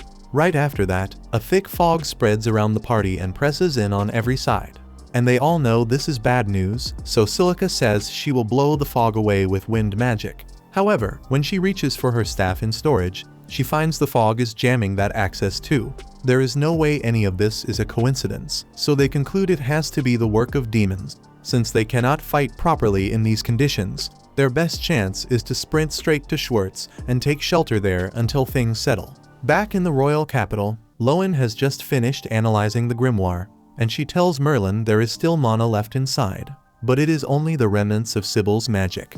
Merlin is relieved because that means they still have a chance, and that is good enough for her. So from there she tells Lowen about Lloyd and the fact that he has the potential to become a chosen one, just as she and Sybil were in the past. The reason she is so sure comes from the incident in his childhood when he picked up the grimoire and the book reacted the very instant he touched it, which means he must be compatible with the magic sealed inside.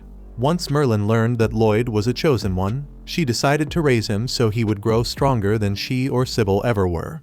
And to reach that goal, she constantly gave him tasks that were beyond his ability. It was an effective way to force growth. Still, Merlin now realizes that non-stop training and belittlement is not a good way to raise a child. Eventually, Lloyd ran away from home, and now he is traveling with an S-rank party, escorting the Beast Princess to the capital. It has been ages since Merlin last saw him, and she truly misses him, which is part of why she came to the capital in the first place, so she can sit down and talk to him once he arrives. On Lloyd's side, he and the others reach Schwartz at last, yet the streets feel oddly empty and still. Since the fog here is thinner, Lloyd boosts Silica's mana just enough for her to pull her staff from storage, and right after that she sweeps her wind magic across the square to blow the rest of the haze away. As the air clears, the group spots a cluster of demons standing right in the middle of town, staring the party down in the open. Claire immediately recognizes Giliste as the one who abducted her before, and it is obvious he has come to snatch her again, so Lloyd tells everyone to gear up for a fight. He puts daggers on guard duty to keep Claire safe, while Cross climbs the tower to provide overwatch. And from there the others will handle Giliste's troops head-on without delay. Yui opens by carving through a pack of demons with a mana slash, and Silica would love to drop a flame burst to erase the rest, but the blast would roast allies too, so she sticks to standard fire shots. Fortunately, Cross makes up for the missing firepower by dropping a couple more demons with clean arrows, yet when he lines up on Giliste his shots bounce off. Yui steps in again and tries to cut Giliste down with another mana slash, but he barely reacts and drives straight for Claire. Dagas meets him and turns aside the strike, and Yui tries to cash in on that opening by slipping behind him, only for her blade to fail to connect for a reason she cannot see. At that point, Lloyd realizes Giliste is wrapping himself in mana as armor, and Giliste is impressed he caught on so fast. so he assumes Lloyd was the one who interfered with the attack on Ishtar. He rockets into the sky and winds up to strike at Lloyd. And since the range is perfect, Silica fires a flame burst right away to intercept him. That is the strongest spell she has. Yet even that fails to pierce Gilist's mana armor. He is still intact, and their options are thinning. The remaining demons begin to close a ring around the party, and then ice magic erupts up from the cobbles, freezing every demon in the area solid. The caster is the ice hero Thurian, and he states he is here to ensure Claire's safety and keep her out of enemy hands. Up on a nearby cliff, the Count starts to worry his scheme will fall apart again, so he prepares to spread more magic dampening mist. Before he can act, Willie steps into view and interrupts him. The Count is surprised that anyone managed to track him all the way up here, so he asks what he wants, and Willie says the mist he is making is a real inconvenience, so he came to cut it off at the source. Back in the city, Thurian drops from above to meet the others, and he tells them they are ridiculously weak for S-rank adventurers, yet he will give them credit for keeping Claire safe up to now. Claire runs over to him with real excitement, and when Lloyd asks who the man is, she explains that he is her childhood friend Thurian, the ice hero. The others are surprised to learn that Thurian is a hero, and Lloyd adds that this would mean he is the emissary sent to collect Claire. That is not the case. In fact, Thurian technically is not supposed to be here, but he could not stand the idea of leaving Claire's safety to a bunch of lousy adventurers, so he showed up anyway. Claire tells Thurian that talking that way to the people who saved her life is not nice, and since he clearly has a soft spot for her, he calms down for now.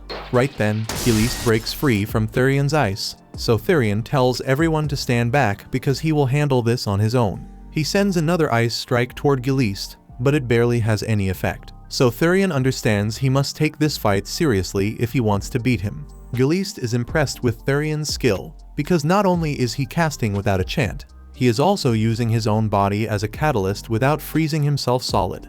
Thurian explains that his body has an affinity for all ice magic, and it has been that way ever since he was born.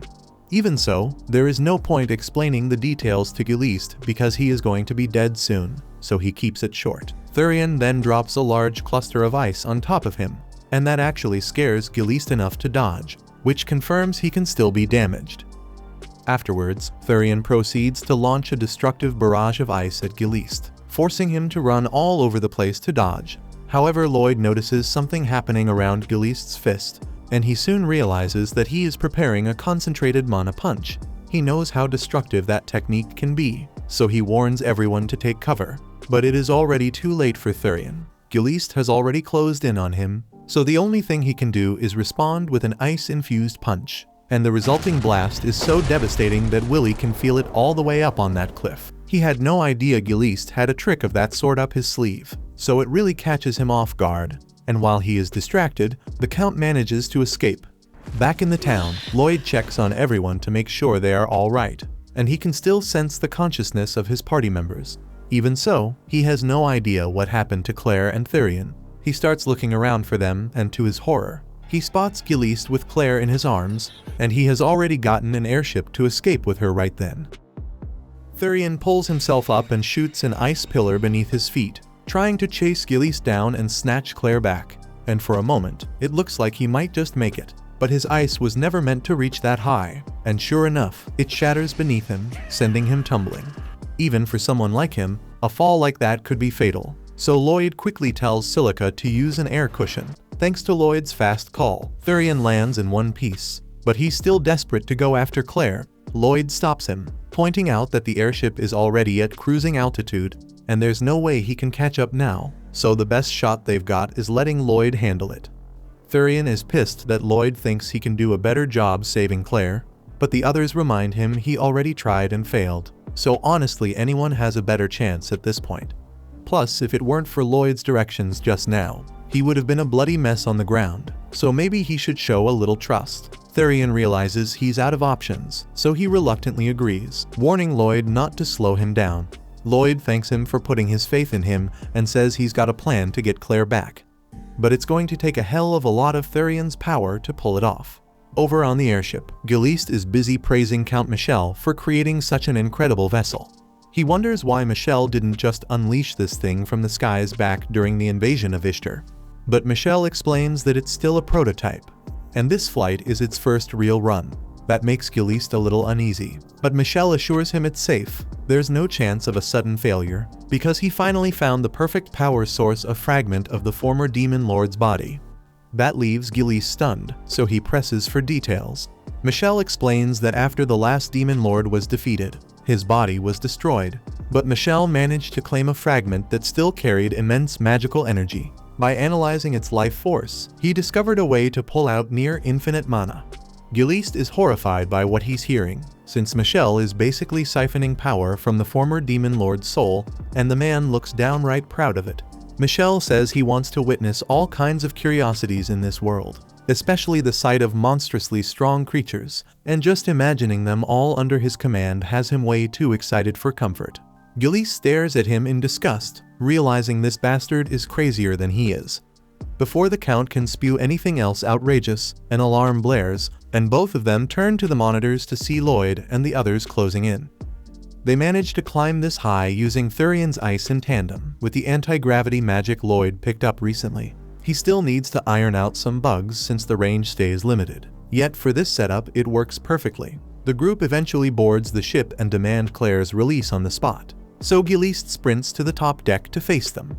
Their persistence amazes him, but he has no intention of letting Claire go, so he lunges to attack.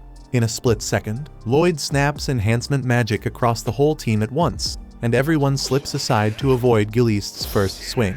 Thurian counters, but his ice blade shatters on contact. Giliste's mana armor is every bit as tough up here as it was on the ground, but Lloyd already has a plan for that. While Giliste is focused on the others, Lloyd quietly tags him with a small spell. Then Lloyd gives the sign to dogpile him, and they unload with everything they've got, forcing Giliste to keep refreshing that armor again and again. Progress is slow, and Thurian gets hammered into a wall hard enough to rattle the deck. Giliste laughs at the idea that Thurian and the rest expected to beat him with such weak strikes. Thurian answers that punching through the shield was never the point of those hits. Giliste does not care what that means and surges forward to finish Thurian with a condensed mana punch. Dagas throws himself in front to block, and then something bizarre happens. Giliste's arm flash freezes and snaps apart into dozens of shards. He stares in disbelief because none of Thurian's blades ever landed, but Thurian explains that what just took the arm off was not a normal blow at all. That is the result of severe frostbite stacking. Earlier, Lloyd slipped a spell onto Giliste that dulled pain, so he would not notice his body freezing up. As for how Thurian managed to freeze him in the first place, from the very start, Thurian kept a steady stream of cold drifting toward Giliste. Under normal circumstances, Giliste would have walled that out with his mana armor, yet he was so busy fending off the rest of their strikes that he failed to notice the slow bite of the chill working through him. Everything unfolds exactly the way Lloyd drew it up, and with one arm gone, Giliste has no real shot against the team. Lloyd demands that he hand Claire over immediately, and Giliste, rattled by the thought of losing, spins on his heel and bolts for the lower deck. Once below, he barks at Count Michel to release every monster locked in those cages. Michel reels at the order because he already warned Giliste that those creatures are terrifying and still not fully under control. Letting them loose now would be a terrible call. Yet Giliste is already fumbling with the lock to pop it open. The others come charging after him, and the moment Thurian spots Claire, he demands her release. Instead, Giliste throws every latch and unleashes the Count's captives. He orders the monsters to tear into Lloyd's crew, only for one of the snakes to snap at him instead. Michel had said earlier the control system was not perfected, which means the monsters are not taking commands from anyone right now. Even so, Michel did stash a special prototype for a mess exactly like this. He yanks it out from beneath the floorboards and fires up a magic crystal that emits a pulse to seize the minds of the beasts. The monsters freeze for a moment under the signal, and Thurian uses the opening to reach Claire. He gets to her cage and frees her by flash freezing the shell until it cracks apart.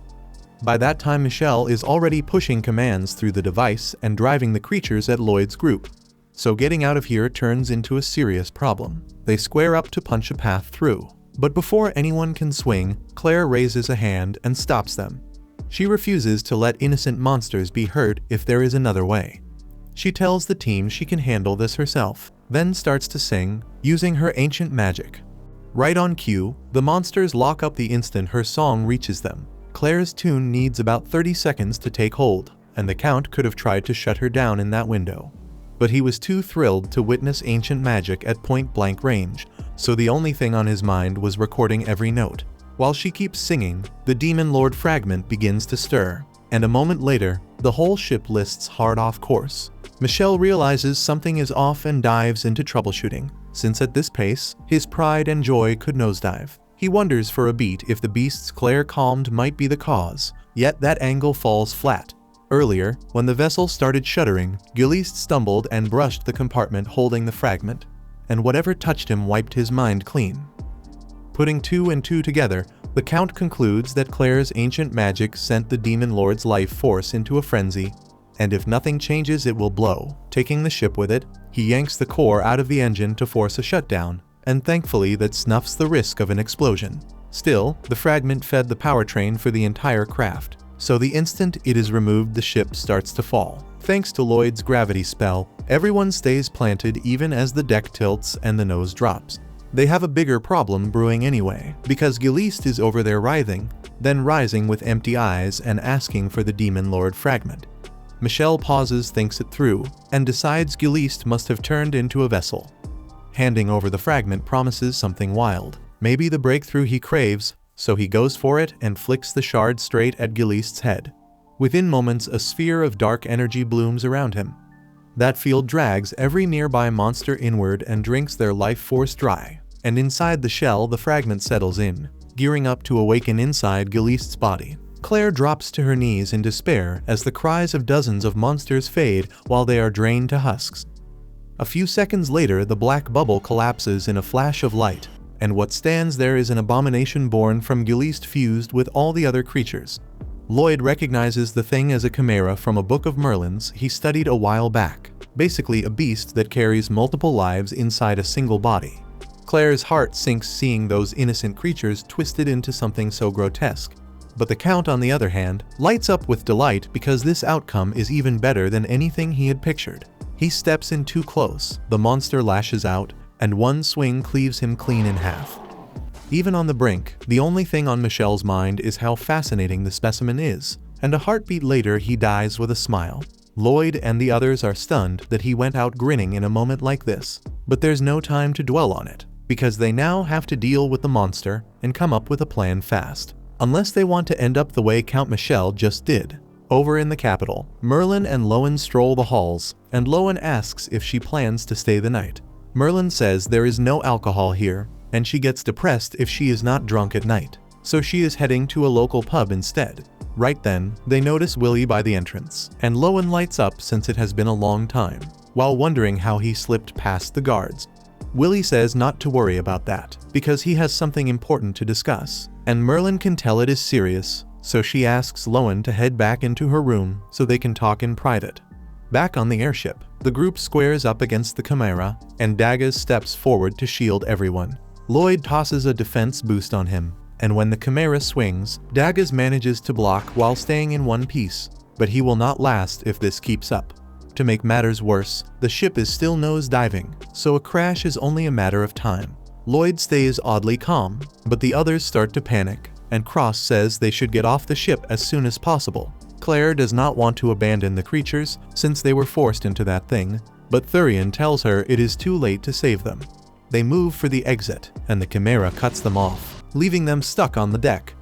Thurian's patience frays, he shapes an ice sword, and he is about to carve the beast down. But Claire throws a hand out and stops him because she does not want it hurt. The others get why Claire cares about those innocents, but this is life or death, so they need to drop that thing now.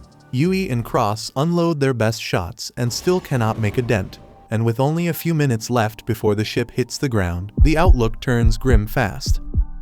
Meanwhile, we see Merlin and Willie warp into the forest, looking for Lloyd and his group. And after swiftly scanning the surroundings, Merlin notices the airship hurtling straight toward a valley. She quickly passes on what she sees to Willie, who instantly teleports them both to intercept the collision path. Back on board the vessel, panic is starting to spread as everyone realizes how dangerously near they are to crashing. Yet the Chimera still refuses to budge out of their path. Silica then tries to shove it with a wind spell, but the beast just shrugs it off like it was nothing, leaving her completely clueless on what to do next. Lloyd thinks about leaping through one of the windows for a moment, but they're far too narrow for any of them to squeeze through, so the idea is scrapped. Then he glances outside and notices that the ship is leaning sharply toward the ground, and the only reason they haven't slid down yet is because of the gravity spell he's holding. That sparks an idea, so he quickly tells everyone to move to the wall and put away their weapons. Although they're puzzled, they obey as he says without hesitation, trusting his judgment even if they have no idea what he's about to attempt. Once they're all in place, Lloyd casts a spell to cancel out his earlier gravity magic, and instantly everyone on board, including the Chimera, is sent sliding across the slanted floor. This gives them just the chance they need to make a run for it. So Therion grabs Claire and the group bolts toward the nearest exit.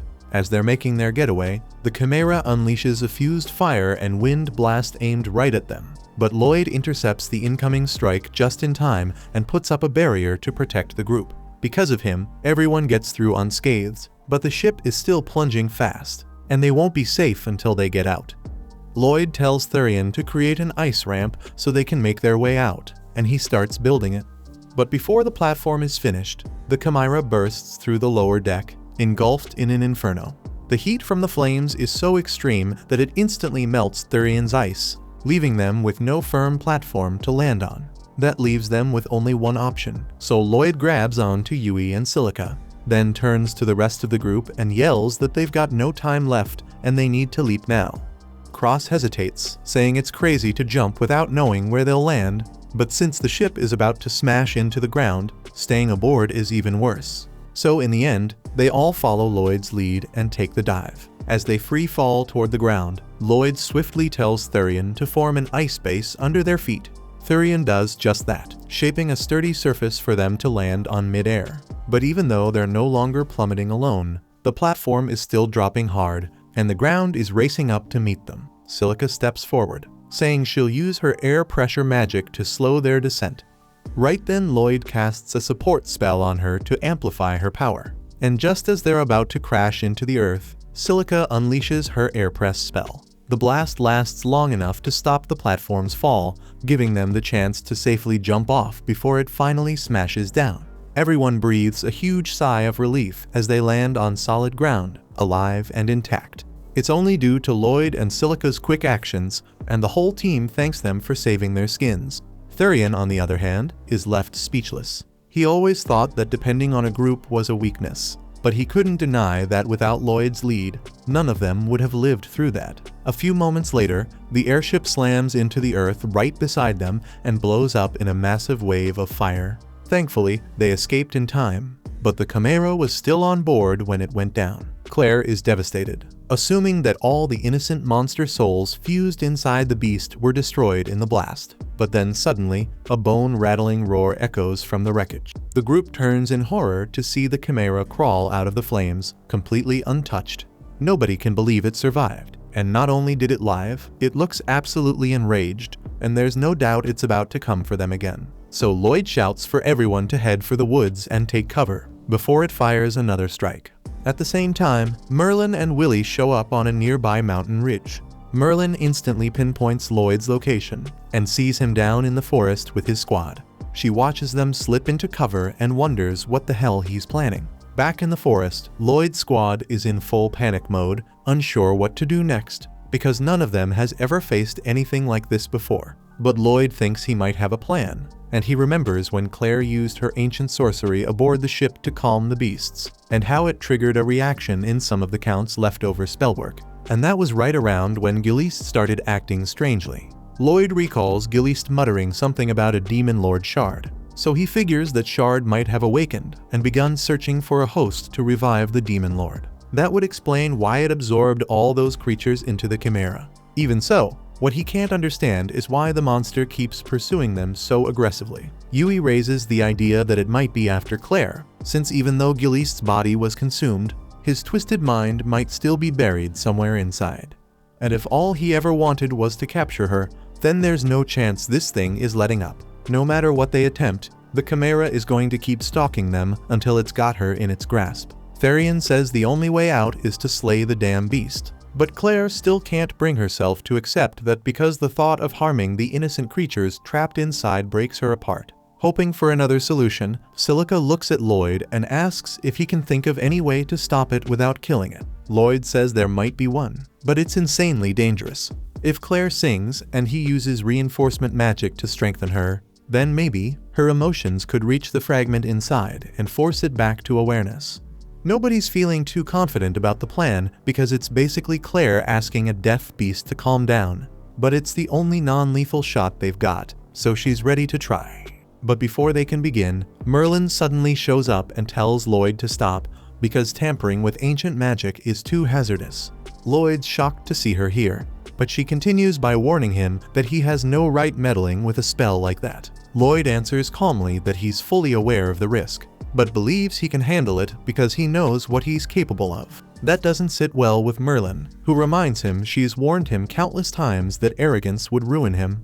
But Lloyd argues that this isn't pride, it's confidence supported by experience. He admits he's still nowhere close to surpassing Merlin, but right now his friends are counting on him and he refuses to let them down. With that, Lloyd and the others dash past her, and Merlin is so stunned by his resolve that she doesn't even stop him. She tries to convince herself that maybe this time he won't unleash a disaster, but deep inside the fear remains. Meanwhile, the battle's already underway. Thurian keeps the Chimera occupied by unleashing a volley of razor icicles, while Lloyd closes the gap, slams his staff into the beast's torso, and locks in place to prepare for Claire's song. He calls out to her, and she starts singing, and as her voice carries through the air, Lloyd works quickly, adjusting and reinforcing the spell in real time to extend its reach. The effort nearly exhausts him, but it begins to pay off. One after another, the creatures trapped inside start breaking free from the Chimera's body. But just as hope starts to rise, Lloyd spots a freaking black hole tearing open above him. By the time the others realize what's happening, they see Lloyd already being dragged into the void, and Merlin instantly recognizes it as the backlash for trying to handle ancient magic without being born to inherit it. And before anyone can react, Lloyd's body slips through the portal completely, and Merlin's stomach knots with dread, because if they don't act soon, she's terrified he could be stuck inside forever. At the same time on Lloyd's side, he opens his eyes to find himself standing in a stark white space, and right next to him, Gilist's body dissolves into the air. Then he notices something far worse, his own body floating nearby. He freezes, unable to grasp what the hell is happening. But suddenly a voice echoes through the emptiness, explaining that Lloyd's soul has been split from his body, and that's why he's seeing two versions of himself at once. Lloyd demands to know if this is a consequence of the ancient magic he just invoked, and the voice starts to reveal the truth behind it. It goes on to explain that ancient magic was a force left behind by beings who had already surpassed human comprehension. These entities bent reality itself, forging new spells that broke the natural laws of the world. But such reckless might brought only devastation, pushing the world toward collapse. To end the chaos, they banned their own creations and decreed that only chosen inheritors born with the gift could safely command ancient magic. And to safeguard the world, they cast a massive binding spell across the entire planet, so that anyone daring to use ancient magic without that birthright would lose control of their mana and self-destruct. The man now speaking to Lloyd introduces himself as Sybil, the legendary healer, who once fought beside Merlin as part of her old party, and the only man in history who managed to wield ancient magic without being an inheritor. Sybil then recounts what happened at the end of their journey. In their last battle against the Demon Lord, victory was close at hand. But the Demon Lord detonated his own body, obliterating Sybil, his allies, and the entire city around them. Merlin has carried the guilt ever since because foreseeing and countering such an attack was her role and she failed. Yet in his dying breath, Sybil broke the laws of existence, using forbidden ancient magic to blur the line between life and death, reviving everyone who died in the blast. But the price was his own life. Sybil admits it's far too late for him because he's been gone for years. But for Lloyd, there's still a chance. The tear in the world's barrier hasn't closed yet, and if Lloyd acts quickly, he can still make it back. But Lloyd has no clue how the hell he's supposed to pull that off. So he asks Sybil what to do. Sybil tells him it's simple, just concentrate on the people he wants to return to. Right then, Lloyd hears the voices of his companions echoing from outside the portal, all of them shouting his name. Without hesitation, he lunges forward, pushing himself through before the rift seals completely. As he does, Sibyl's figure flickers and fades for good. Outside, everyone's panic is climbing fast because the portal is shrinking, about to disappear, and Lloyd is nowhere to be found. But just as it snaps shut, he suddenly materializes behind them, alive and intact. Overjoyed, the group rushes straight into him, wrapping him in a chaotic, relieved group hug. Soon after, they make it back to the capital. Yui can't get over the fact that Lloyd's master turned out to be none other than the legendary sage Merlin. Realizing she'd been measuring him against her all this time, she finally understands why Lloyd never acknowledged just how damn strong he already was. And as a reward for their outstanding performance, the team receives a huge bonus from the king, and to top it off, they're gifted an entire mansion to live in, meaning they'll be staying in the capital for a while. That's when Lloyd notices Lowen sniffing at him. She casually remarks that he smells incredible, which is flattering, but also pretty damn unsettling since she just did it out of nowhere. Merlin steps in and explains that Lowen is an old companion of hers with the ability to sense mana by scent. Even so, Lloyd can't help but notice the entire party suddenly goes quiet the second Merlin shows up. And honestly, who could blame them, because to most adventurers, Merlin's less like a human and more like a divine figure, so of course they're nervous as hell. Merlin then walks right up to Lloyd and asks if he'll consider heading back home with her. But after glancing at the amazing friends he's made here, there's no way he can walk away from them. He tells her he intends to keep adventuring in the capital while learning new forms of magic. Plus, living with Merlin is more hassle than it's worth sometimes, and he'd rather stay put. That answer makes her burn with anger and embarrassment, and in her frustration, she ends up blasting the place sky high. Later, the crew settles into the new mansion. Dagus points out that none of this would have been possible without Lloyd, though Lloyd still insists he's not good enough. They can't believe he still thinks that way, but they know that's just who he is. And together, they look forward to whatever adventure comes next. And with that, we've reached the end of the first season. Hope you all enjoyed it. I'll see you in season 2. Don't forget to drop a like, hit subscribe, and smack the bell so you don't miss what's coming next.